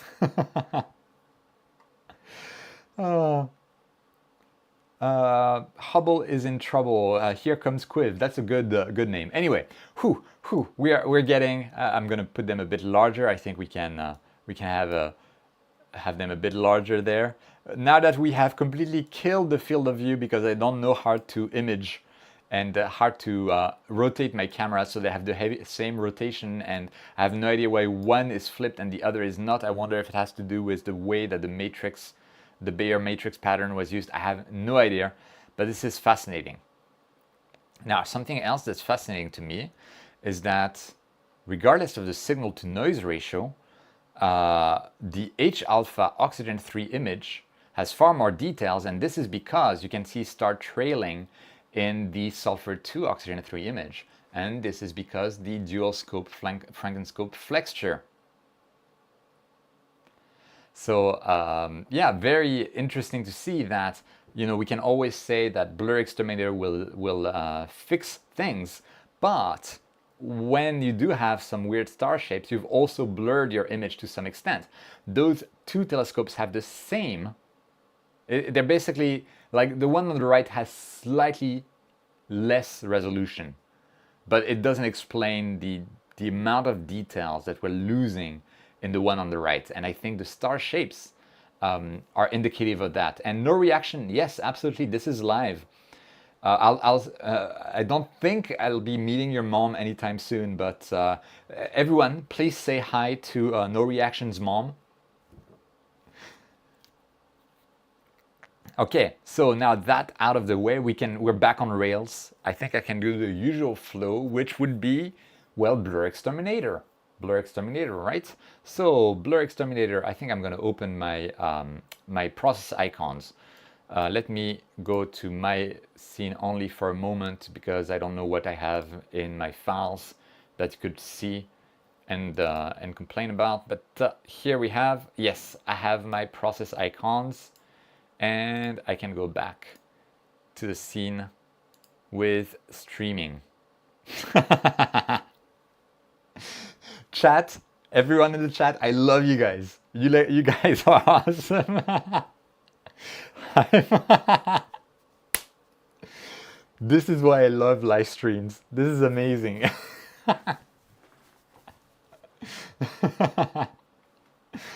Oh man.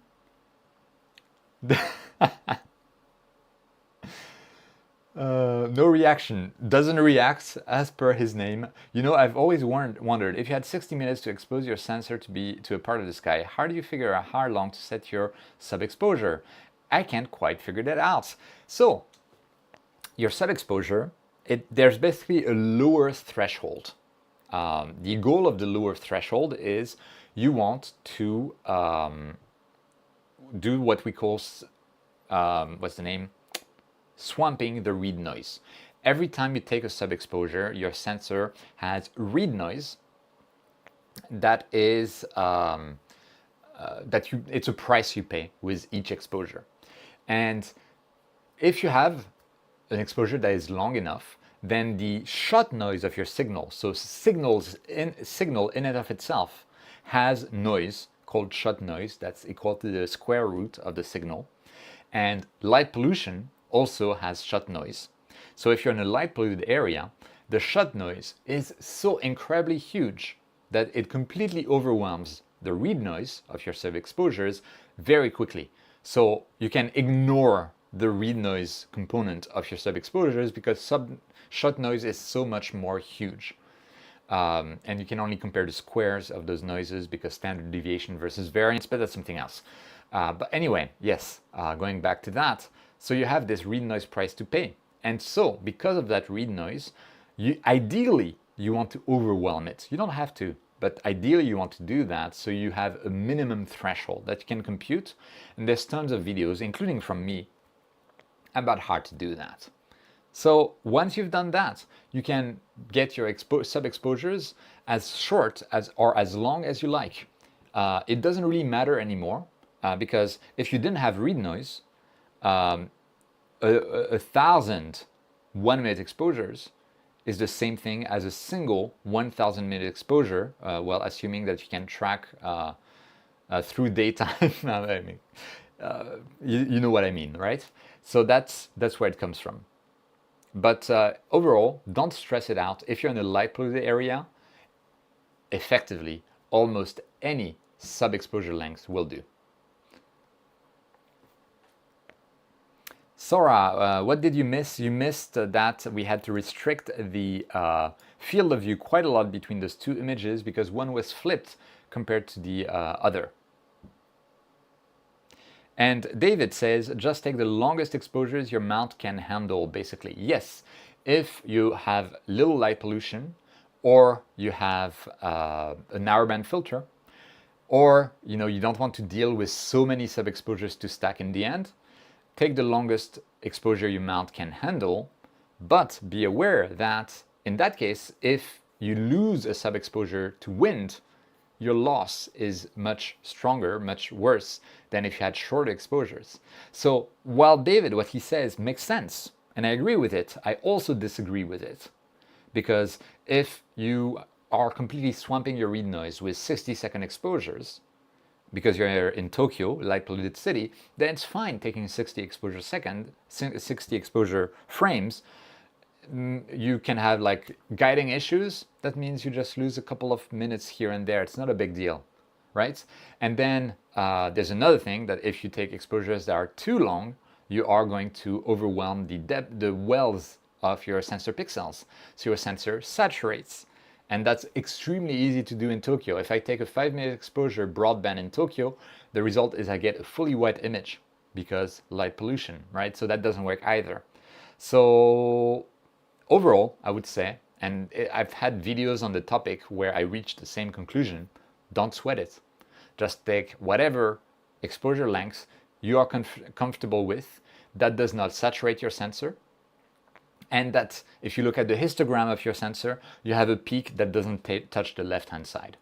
If your histogram peak doesn't touch the left-hand side and it doesn't touch the right-hand side either, you're fine, basically.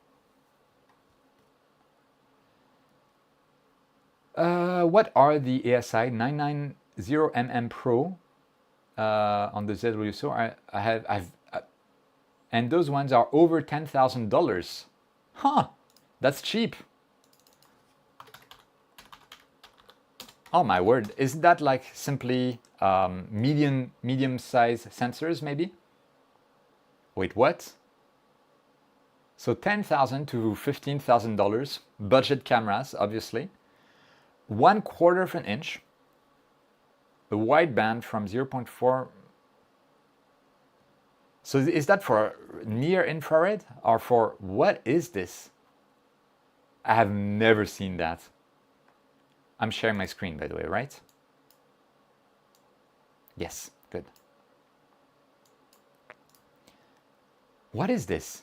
Ah, okay, so that's where you want to do infrared imaging. It's not even near infrared, it's even far infrared. There you go. So this is effectively an infrared specialist camera. And I'm not sure why the price is so high, but I assume the sensor itself, the IMX 991 in GA, I'm not going to pronounce the rest. That's interesting.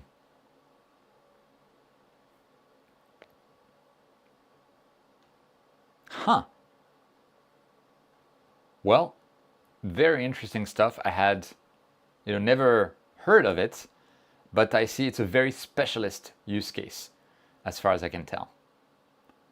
And Gold Eye, how much are those? Because they have some cooling. They have some Peltier cooling. I want to see the price. Are they cheaper than the ZW version? Oh well, never mind. We're getting sidetracked. David, gotta run. Goodbye. Goodbye, David. Thanks so much for joining the stream. It's been a blast. The longer the exposure, the less the read noise is a problem, right? It's the short exposures where read noise is not swamped. That is correct. But again, if you have light pollution, like in Tokyo, your read noise is completely insignificant compared to the shot noise. For me, that level in broadband, depending on the gain and stuff like that, but is 1 second. I'm not even exaggerating. But I don't want to end up with millions of 1 second exposures, so I take longer exposures. But you're right, you're swamping the read noise even more.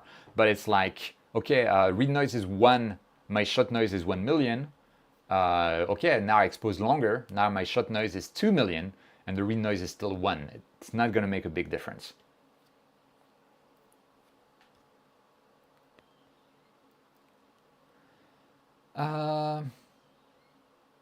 How useful would a far infrared sensor be if you're not on a mountain top? Wait, isn't it the reverse? Isn't infrared actually less sensitive to seeing and dust and stuff like that? So it's actually useful?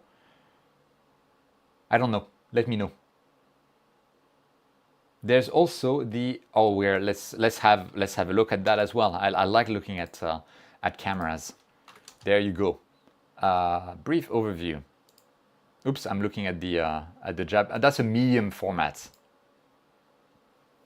That's a medium format camera, right? Yeah. Oh yeah, small resolution. Oh yeah, that's a huge sensor. You definitely need the Takashi 106 FSQ telescope if you're going to use that. That is a huge sensor. And hi everybody, hi Sky. Thanks again for joining a stream. You've been joining a lot of those. That's insane.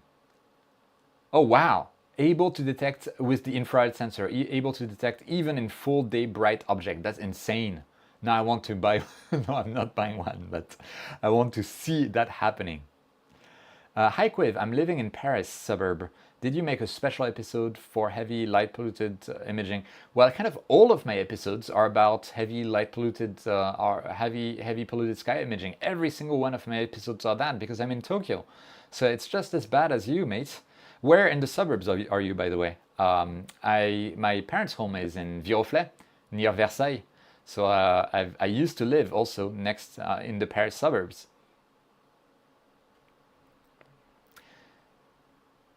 And then the limit is, yes, exactly. So Mika is a good summary, right? The longer sub, the more losing a sub hurts. But then if you're in a dark sky, you really want to go as long as possible, as David was saying, because then there's very little shot noise to overwhelm the read noise. I mean, you'll still get much better results than in Tokyo, even with 1 second exposures in a dark sky. There's no doubt about that. But it's better to have longer exposures. Congrats on 50K from California. Thank you, Polish landman. And thanks for joining the stream. Okay, whew. Let's get back to the processing. I need to drink a bit of water there. Actually, Give me a second, I'll be right back. I need to get more water.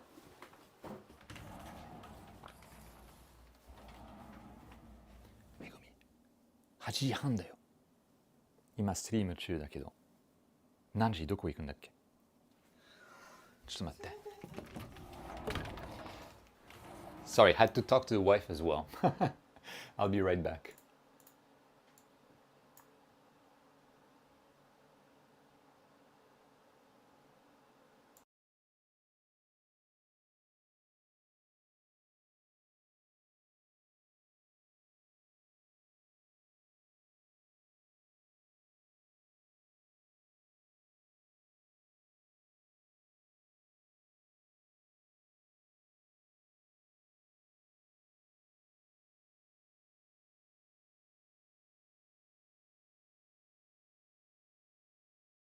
Okay, and I'm back. Yes, so you heard me talking to my wife in Japanese. She hadn't realized it was getting late and she needed to go to work. Oh man. I have a Celestron C8. I like the focal length, but I feel like the images are a bit soft. Should I go big refractor or imaging newt for say under 50-100? It's a good question. Either will work really well. Imaging newt, you can go very big, but you need to have a really good mount as well.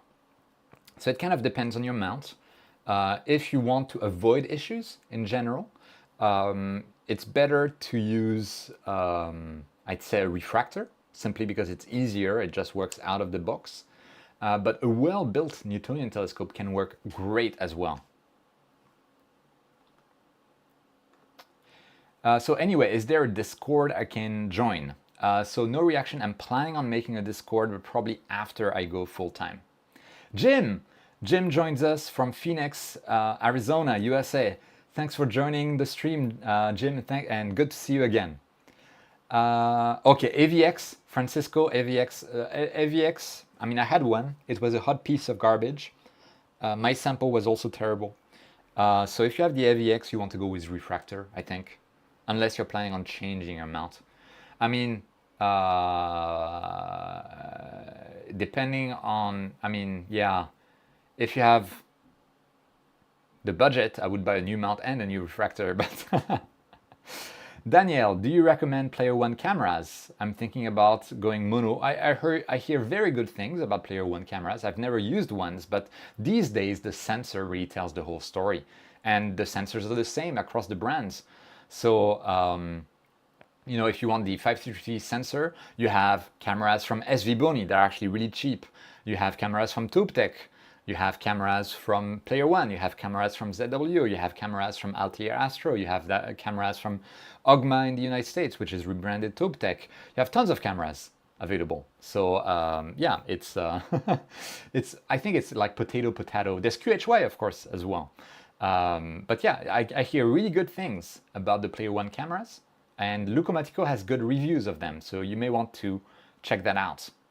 And we get, memberships have been gifted by Aaron. Aaron Williams gifted 10 memberships. Thank you so much for your generosity. It helps me out. It goes straight into the Cuiv Goes Full-Time Fund, and it helps. It also gives stuff back to the community. So I love that. That's awesome, Aaron. Thanks so much for your generosity. That's awesome. And what's your day job? You are very knowledgeable in astrophotography. Is it related to your work? Not at all. My day job, I'm a software product manager in a payments related company. I process payments. It's very boring. But it is what it is. The read noise at 0 gain from 533 MC Pro won't matter anymore if I'm taking from Bortle 9 Sky. Yeah, usually, as long as, I don't know off the top of my head, but probably if your exposure is longer than 10 seconds, likely the case. I mean, it still matters, but it matters less than the shot noise. Or much, it's completely swamped in the shot noise. That said, yeah, I mean, yeah. Well, why not? But if you're going to image in narrowband, then the 0 gain, the read noise at 0 gain would matter quite a lot. The AVX feels sturdier, but guys, it's pretty terrible. So the AVX that I had was very interesting. I slewed to target, and then the target would jitter in the field of view like that, like literally. I remember doing like having a C 9.25 or even a C8 on top, and I slewed to Jupiter, and you look in the eyepiece and Jupiter is jumping. And then what I did is I slapped the counterweight bar in frustration. That fixed the jitter until the next slew. So you slew, the target is like that, slap the counterweight bar, it works again. Slew, repeat, rinse and repeat all the time. It was pathetic, absolutely pathetic. Oh man. Tips for LRGB imaging in Bortle 8. I just find it generally very difficult compared to narrowband on any targets. It is very, very difficult. I don't really have any tips except that unless I'm doing narrowband, I don't use light pollution filters. Just use UV-IR cut filter, and I try to focus on high contrast targets like galaxies, small galaxies. They're good high contrast targets, or star clusters, that kind of stuff. And if you're going to do emission nebulae, then you need to use narrowband filters, but you can still get great results on brighter reflection nebulae like the Pleiades. I have a video with Nico Carver about a Pleiades image that I took, and another one more recent where I stacked from like 1 to 1,000 subs on the Pleiades Nebula, and you can see the difference in signal to noise ratio. So fascinating stuff, if I say so myself. Okay. Oh wow, TubeTech makes cameras. There is a TubeTech audio company that makes professional audio. I had no idea. Interesting. I have had zero issues with my Player One Uranus C Pro cooled IMX585, and their OAG and filter drawer are also very good quality. That's great to hear. Hello Cuiv, I'm new, bought EQ6R Pro. Any tips? The EQ6R Pro is an excellent mouse. I used it for quite a while, and it's a good choice. These days, in general, I would recommend strain wave gear mounts instead, but still very reliable workhorse. And use it as is. If you get any issues with like declination backlash, you can adjust both right ascension and declination backlash pretty well. So yeah, that's use it as is. Have fun with it for now, and predictive PEC on PhD2 will work very well with this mount. So I suggest using the predictive PEC algorithm on PhD2. Oh, Francisco is also a software product manager. There are some very fun Instagram shorts and YouTube shorts that make fun of us product managers as, you know, useless parasites that take credit for developers' work. It's some PMs are actually like that, but yeah, the good ones, we try to be better. We try to be better for real.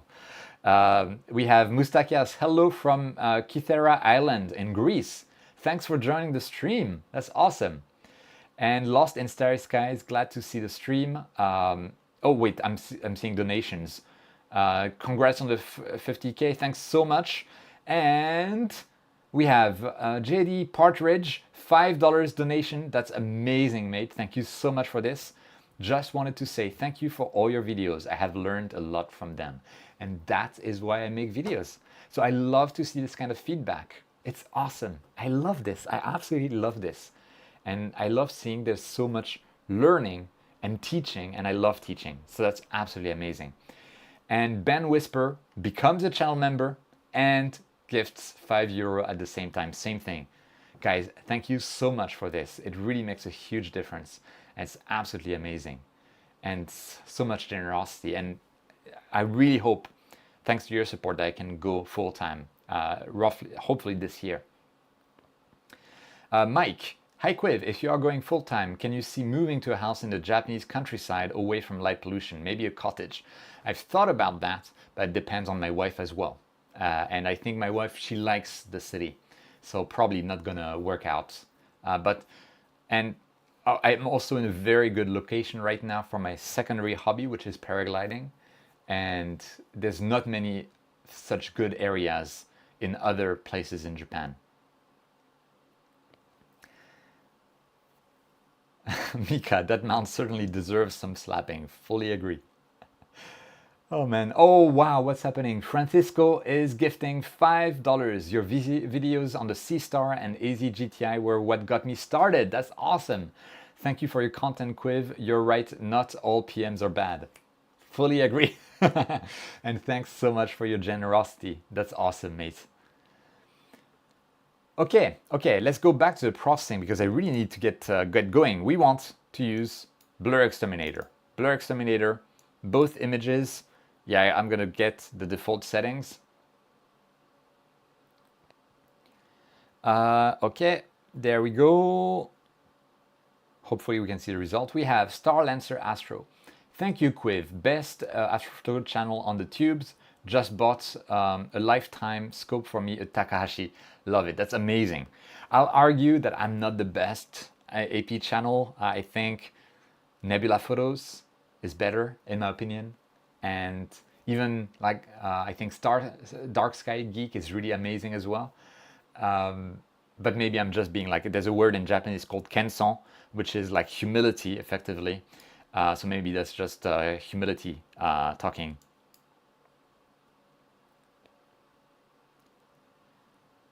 Oh, good night, Francisco. Thanks again for your support. This is amazing. And yeah, have a great night. Take care. John, when buying a camera, when would you choose the IR cut filter option? When buying, I would not choose the IR cut filter. I would always go for anti-reflection. I can add my own IR cut filter, thank you very much, kind of thing. Smile Sky. Oh, paragliding sounds fun. It is a lot of fun. I have a very uninteresting paragliding in Japan. There it is. Second channel that I just post my flights, kind of like raw flights. If you're ever interested, just search for this channel, Paragliding in Japan. And it's very, very boring. It's just unedited flights. So yeah, it's fun. I love paragliding. It's a lot of fun. You are down to earth, and that makes things real. Thanks so much, mates. Okay, I see what you mean. Thanks so much. No reaction. Is there a schedule we can see for when you go live? Not really. This was a spur of the moment thing. I saw we were almost at 50,000 subscribers and I decided, let's go live. And we caught the moment very early in the stream. Cuiv the Lazy Geek. Is there idea for a live stream? Process a member stack in PI with... Yeah, I agree. I want to do that. That's a great idea. Member or Patreon. I want to do all of that stuff.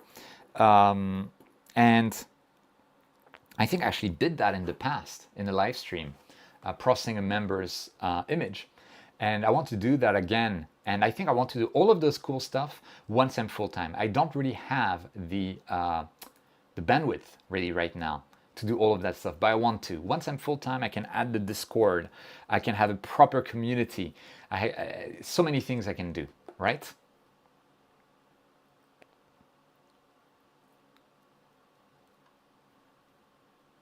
Okay, let me keep going. So we have Blur Exterminator is done, and the difference before and after is insane, absolutely insane.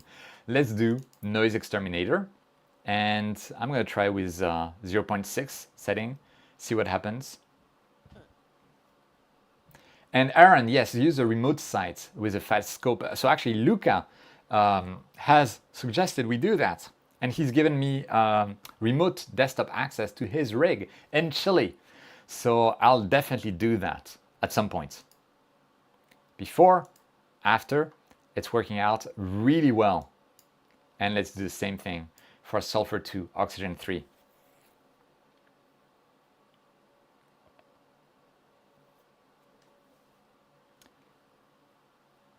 Okay, here we go. We have those two images. What can I do next? What can I do next? They're beautiful though, in and of themselves. This is insane. Almost no processing, only scripts up to now, and they look like that. I think what I can do next is I'm going to take the stars from one of them.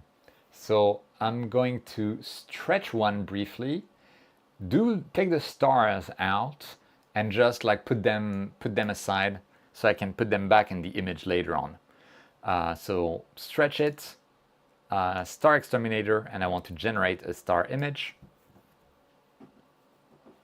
And then, okay, I'm going to put live chat here as well, by the way. And once we have the stars, I'm going to go back. It's not the final final stretch, so this is the unstretched stars image. I'm just going to call it generally stars. Put that in icon, forget about it, and go back. Here we go. So then we have, what can we do? We can do some scripts, and I'm going to now completely remove the stars from both images. So star exterminator, we're gonna remove the stars.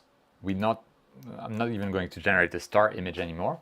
I want to process those images without the stars because we can get the nebulosity details very easily. How do you decide what visible color to make these narrowband channels that are not in the visible? Narrowband is really you map to red, green, and blue. And it's whatever looks the best to you. The reference is, of course, the Hubble palette. So SHO, right? Sulfur for red, H-alpha for green, and oxygen 3 for blue. And in the end, it's just about representing a scientific reality in a way that our eyes can perceive, which I think is a very cool thing to do. And if you do it in a very nice looking way, all the power to you. So that's how it is.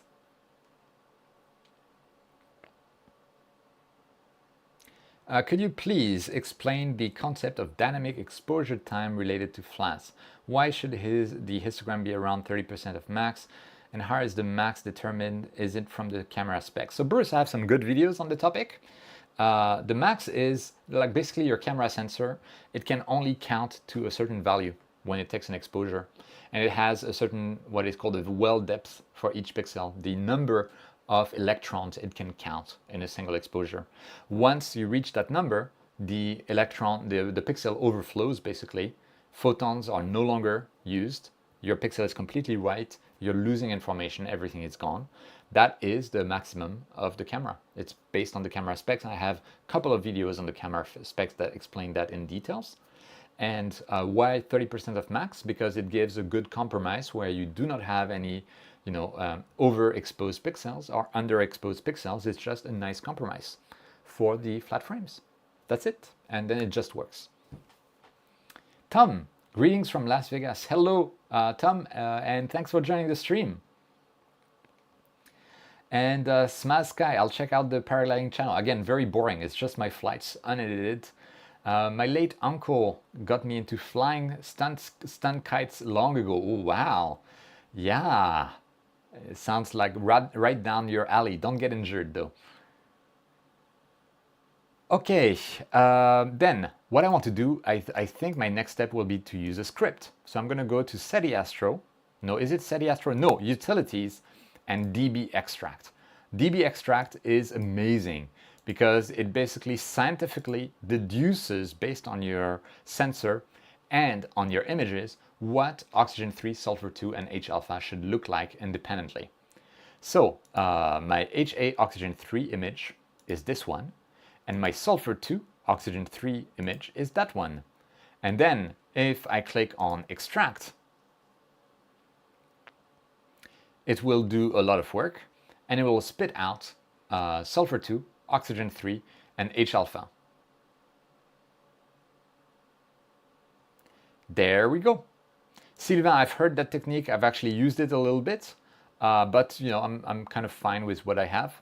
But yeah, it's also a way to do. You do a 2-layer, effectively, blur exterminator, which works as well. Okay, so this is the SHO image, but we also have like H-alpha now. Thanks to that script, it's like one click effectively, and sulfur 2. Boop. And then oxygen 3. Boop. Any recommendation on getting nice dark color in light polluted area? I haven't really had, I don't care that much about star color, but if you just take broadband 10-second exposures for your stars, just extract those stars and put them back in the final image, you should be getting good star colors, even if, you know, it's under a light polluted area, as far as I know, at least. Bartholomew, just like Tucker Gots, although he chats the entire time. Yeah, paragliding channels actually are not very popular in general. So it's very interesting. Cuiv, your channel will grow so much. I know this community is awesome and I wish you the absolute best. Your channel is a great teacher to new people in the hobby like me. Thank you so much. I love to teach. That's what I'm doing. I don't think it will grow a lot. I think we're like very linear in terms of growth, but that's perfectly fine because the niche that we have, the community that we have is already amazing. And yeah, it's awesome, absolutely awesome. I shoot my start at gain 0 for maximum dynamic range. Not sure how well it will work in high LP areas. That works pretty well because in high LP areas, the shot noise from the light pollution will completely overwhelm the read noise super quickly, even at gain 0. But yeah, you have almost as much dynamic range when you switch to high conversion gain, depending on the camera. After 2 years of C11 imaging, I took a 2-year break and was delighted to see your videos on the C-Star. I love how much fun it is to use, and I'm amazed at the image when processed in PixInsight. The C-Star is so much fun. I did that video recently about how to process the images using Cyril and Graxpert, but I'll definitely do a video with PixInsight as well.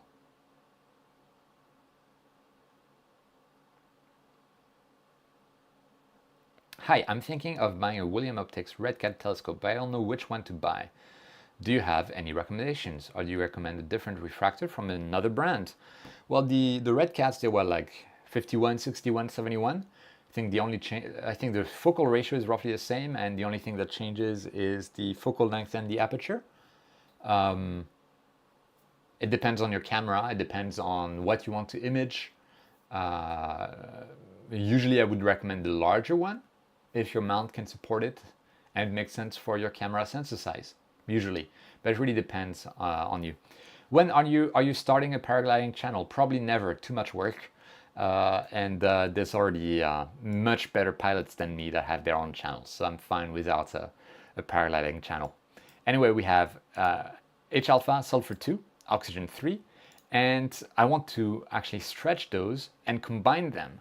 So let's try to see, stretching,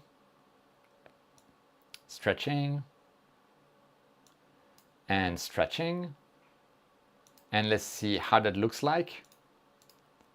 It does look pretty cool. And then I want to try combining them, see what happens. So we're gonna go to LRGB color combination. Where are you? Here you are.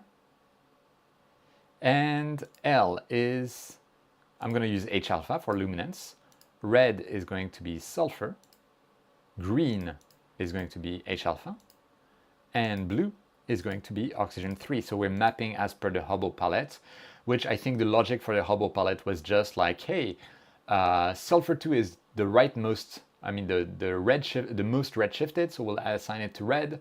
Then H-alpha is less redshifted, so we'll assign it to the next color, which is green.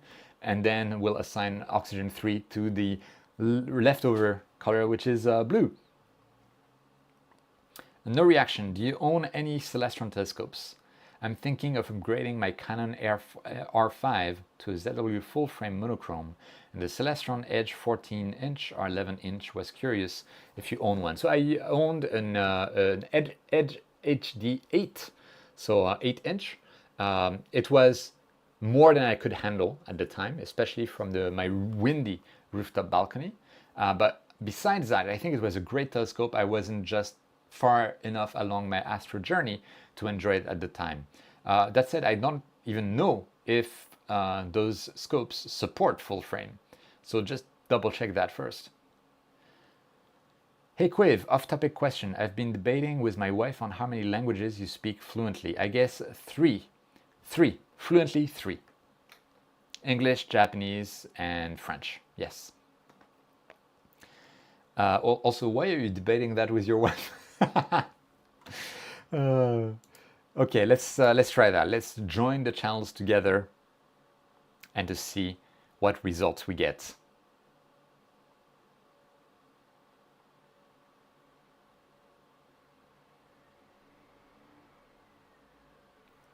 Okay. Ooh, even with the green tint, this looks pretty cool. That actually looks really cool. That's, I think, a couple of nights of imaging. And we have an image like that.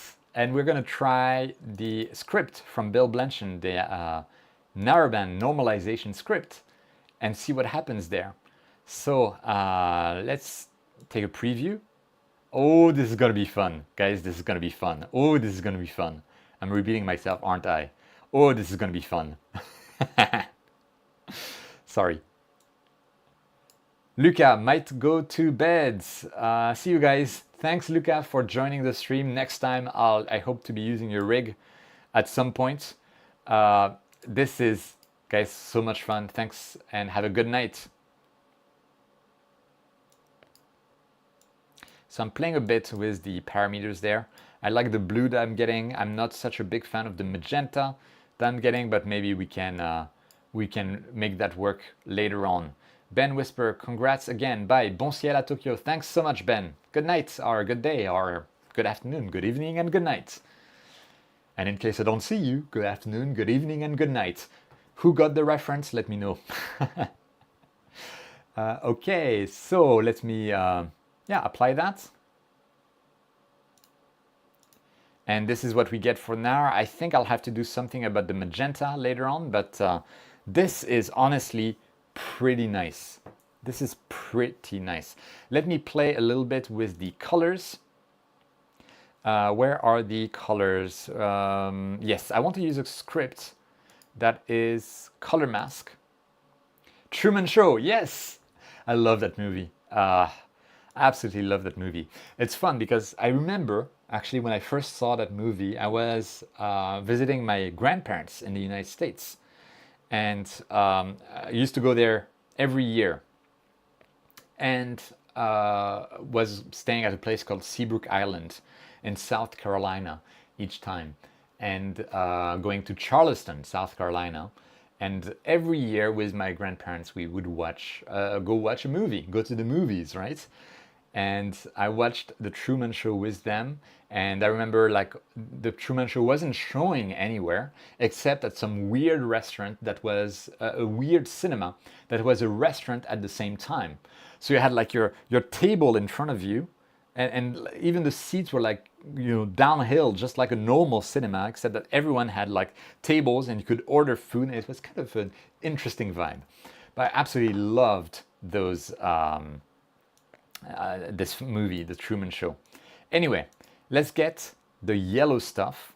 I might go even, let's see, change that. I want to select like almost from the reds. Let's see, from here to maybe around there for now.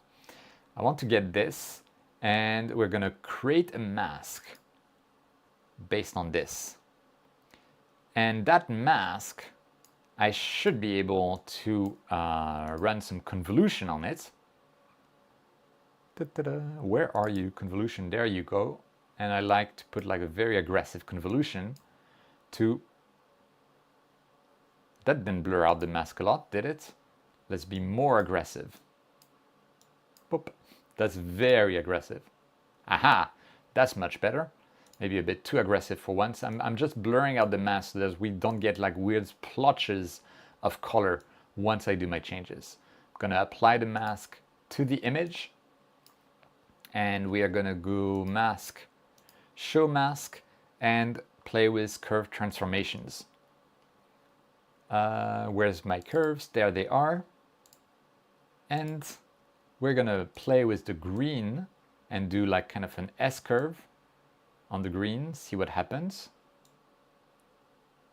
That's pretty cool. It really deepens the blue as well. And it's weird that, did I select the right color there?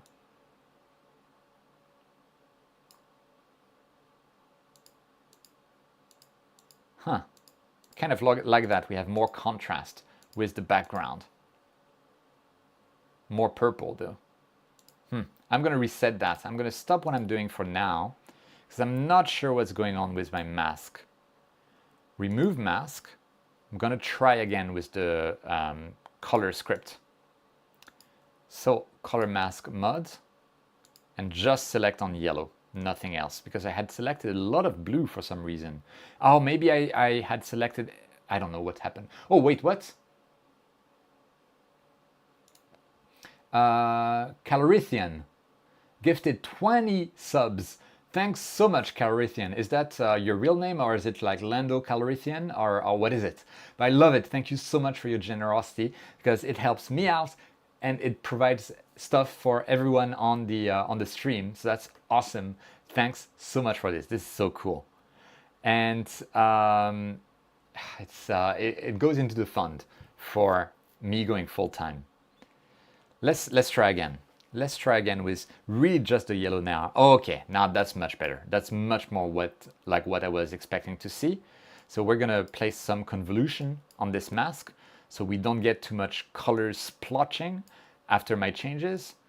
And now what I can do is we can do curves transformation. And Calrissian say gamer tag. Oh, I see. It's your gamer tag. You're welcome. I've been watching your channel for a long time. I hope you can make it full time. Thanks so much. I really hope so as well. It's going to be amazing when I actually manage to do that. So I want to take a preview and see what happens. I can increase the green and then decrease the green at the same time. And at the same time, I can increase the red in those areas. And I kind of like that. This is actually pretty cool. So this is before and after. Having fun with this image there. And decreasing the green will increase the relative red effectively. And increasing the green will actually add this yellow border between the red elements and the blue elements of the image. So that works pretty well. And I'm going to apply that. And that's what we have now. Let's see, what else can I do? I can try to work on the blue a little bit, see what happens. So I'm going to go back to my script, the color mask mod. Before that, I'm going to remove the mask, and go back to my script. Utilities, color mask, and this time I'm going to select the blue, and maybe even a bit of the cyan, and there we go. Now we have the blue colors. It also selected a lot of the background, and I don't know what we're going to do about it, but I'll deal with it later. So again, I'm going to apply some convolution on the mask, maybe more actually. I want more convolution, more blurriness. I want to blur the lines. There we go. Apply that, and then again play a bit with curves. Curves transformation, and let's see what can we do here. Let's see, what if I decrease the green, it becomes purple, increase, oh, I kind of like this color. What if I decrease the red? Turquoise, basically, color. We're having fun here. And if you decrease the lightness in general, it should be deeper blue. Nah, that's fine. Oh yeah, actually, something like that. This is pretty cool. I'm having fun. Always having fun with the colors. Very important. We could also play with the chroma. Maybe a bit too deep of a blue? I don't know. You tell me. This is before, after. Okay, I like the after. Let's just apply it.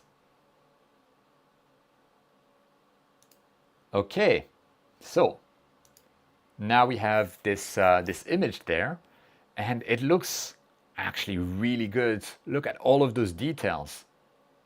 That's actually really good. Having fun. This is from Tokyo. By the way, are you guys still there? Because I don't see chat, and then I'm getting panicky. Like, is the stream still on? Yes. We have 112 people on the stream. We're doing good. And honestly, guys, I feel like I don't want to do much more on this image. Maybe I'll remove the mask and I'll just create a luminance mask on here and maybe increase the contrast on that luminance mask so that I want to basically decrease. Okay, people are here. That's good. Increase the contrast so I can place this as a luminance mask properly on the image. Did you remove the stars? Yes. And people are zoning out watching this. I have the stars here and they're ready to be back in anytime I like. Oops, no. I want to apply the mask to the image. I'm going to do mask, invert mask. And maybe what I want to do is decrease the saturation in those darker areas. So decrease the saturation a bit. Apply that. And then I can invert the mask again and increase saturation this time.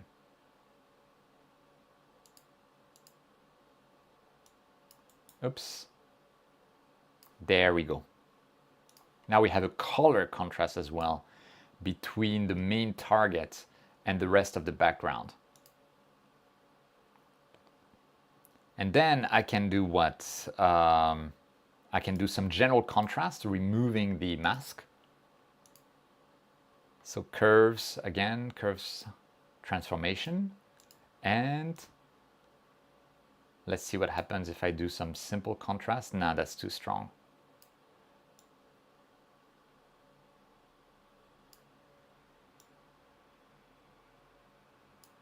Let's see if I just decrease the lower end like that. So we are enhancing the dark areas effectively. Aha. Playing with curves is always a lot of fun. Okay, I think this is good. I think this is actually really good. I understand different colors create more contrast between filters, but do people not prefer to select colors that are more true to life? Like 2 shades of red, orange for filters red, orange, etc. Well, true to life would be super red, like really completely red. And this is a perfectly fine representation of saying like, okay, the middle of the nebula actually has a lot of oxygen atoms. Those edges have a lot of hydrogen and sulfur 2 atoms. It's a perfectly valid representation. And I think it's better like in terms of those color contrasts. I like it. And in a way, it's all about like making colors you like, images you like. That's it. I'm not looking for much more. So that would be my change to the image. Here we are. Let's see if I need to do some histogram transform, some HDR multi-scale transform. I want to just try it out, see what happens. Like that. Let's see if it's worth it or not. This is before, after. There's more detail in the background, but it's far too aggressive. Yeah, far too aggressive. Let's try the before again. I kind of like what it does, but it's too aggressive. Yeah, maybe with a mask. I'll try to add my own luminous mask. Before, after. And it enhances some weird noise as well. I'm not going to use HDR multi-scale transform. Yeah, I mean, this is pretty good. I'm not fully satisfied with the colors, but yeah, decent. I would say decent for this. I probably will try reprocessing later on, but yeah, I'll take what I have for now. Then what I can do is recombine the stars. So I'll add the stars back into the image. So I'll rename this star, this image starless. And we also already have like the stars image. And I'll do a quick SCNR, by the way, in the stars image, just so we remove the green. And boop. There we go. Stars image. and I'll make a clone of Starless in case we need it later on. I'm actually going to use that on the clone Starless image. And the destination will be replace the target image, so pop. There we go. I'll call it Starful. There we go. So that's before and after. I kind of like this. Actually, it looks better with the stars. That's a pretty cool image. And the details in the Eagle Nebula are insane. I think this is the most amount of details that I have ever gotten on this nebula. And this is with a couple of nights from Tokyo. I'd say not bad. Not bad at all. Maybe I can run some Blur Exterminator just to see what happens. Like sometimes after all of this processing, Blur Exterminator can actually make an interesting difference. So it doesn't hurt to try, and then I can, discard it anyway. No, no good. Okay, I think that's the image, guys. And I'm not completely satisfied. I feel I can do a better job on the colors, but it will do for now. It will do. And I think the orientation of the eagle usually is the other way around, no? So maybe I'll do rotation of 180. And is it like that? Is it flipped? Is it normally the other way around? Am I getting crazy here? Is it supposed to be like that normally? I think it's like that. Usually, the usual orientation we see is this, I think. Let me know. Is that the right orientation? Let's search on Astrobin. Yes. Yes, that's the right orientation. You can tell how brainwashed I am. I'm completely brainwashed because I remembered it was not the right orientation just by looking at things. So that's good. Very, very good to see. And this is beautiful. I might do something else. Dark structures enhance. Let's see. I can try this, usually with a lower amount, to see what happens. It can make a bit of a difference on the image, so I'm going to try it. Let's see, before and after. That's actually pretty cool. Okay, I think that is effectively my final image. Let's see, Pete's photography, very nice. It's flipped. Yeah, it was flipped. Thanks, Pete. Absolutely.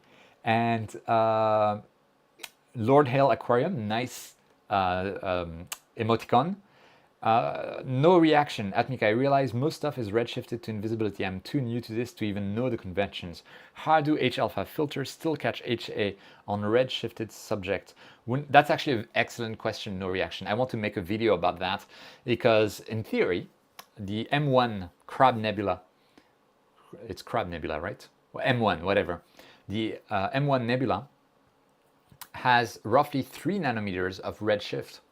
So I want to try out in H-alpha on the Crab Nebula with 4 nanometer full width half max filter compared to something larger like 7 nanometers or even C1, C2 filters like 36 nanometers and see if we get more H-alpha coming through or not. Will be very interesting. Stephen Grunfeld, thanks Cuiv, excellent live stream. Thank you so much, Stephen. And we have Rodrigo, any color you like, the dark side of the Cuiv. Exactly, greetings from Temuco, Chile. And then cheers, nicely done. Thanks so much, guys. Yeah, that's the end result. And it's already past 9 a.m., so I need to soro get to work. And so I will soon call an end to the live stream. So let me go back to this view. Icarus, hello, just stumbled on your channel and on the end of the live stream as well. I'm so sorry about that. I need to go to work soon because I'm in Tokyo and it's Tuesday morning for me. But thanks so much for joining the stream and for stumbling onto the channel. If you're not subscribed, feel free to subscribe. I can show you quickly again the image that we just processed. So I got this over a couple of nights from Tokyo, the Eagle Nebula, and I'm pretty satisfied with this. We just processed it on the stream, and that was a lot of fun. And let's go back. I really need to call this to slowly put this to the end of the stream. So we have Darren, Colorado Springs, checking out. Dinner time. Enjoy your dinner. I've been to Colorado Springs and I've soaked there as well. Awesome place. Enjoy your dinner. Enjoy the area. It's a beautiful area to be in. I'm very jealous. And Smash Sky, just finished making dinner. Enjoy your dinner. Phil, cheers Cuiv, and a very good night from London. Have a good night. It's good that we're putting this stream towards an end. Great stream, Cuiv. Catch you on the next one. Thanks so much, Pete, and thanks so much for your contribution. Huge, absolutely incredible. Crikey, mate, as Luke would say. Insane. And and thanks to everyone else, everyone who donated on the stream, who is a member, who is a Patreon member, just a viewer. Come on, it's for you guys I make those videos. So absolutely insane. Thanks so much for joining the stream. I had an awesome time and I laughed quite a lot at a lot of your comments, a lot of your chat. It's awesome to be interacting with you guys like that. I hope in the future I can have a Discord, and even like for my Patreons or channel members, have some kind of meetups on Discord. I'll plan something out. And we have a last second donation from Sean, $5. Thanks so much for your generosity. More streams coming? Yeah, definitely. I will definitely do more streams. So yeah, they'll be there. And and Smash Sky, I join you there. Pete's a legend. He has a Luke's all-star camera, or Luke's what's the name? Scope camera is named Pete's camera because of all of the support that Pete provides, and it's absolutely insane. Absolutely insane. And Luke needs the support. Luke is about to be a father, which is incredible. So it's absolutely amazing. Anyway, guys, I will call it a day. I mean, not yet. I'm going to work now. But again, thank you so much, guys. I hope you enjoyed the stream. Thanks for joining. Thanks for all of your comments. Thanks for the chat. It's been a blast. And I guess I'm at the point that I can tell you that you should never forget, whenever you have the time, to look up at the stars. And I'll see you next time. Cheers, guys. See you next time. Thanks again for joining.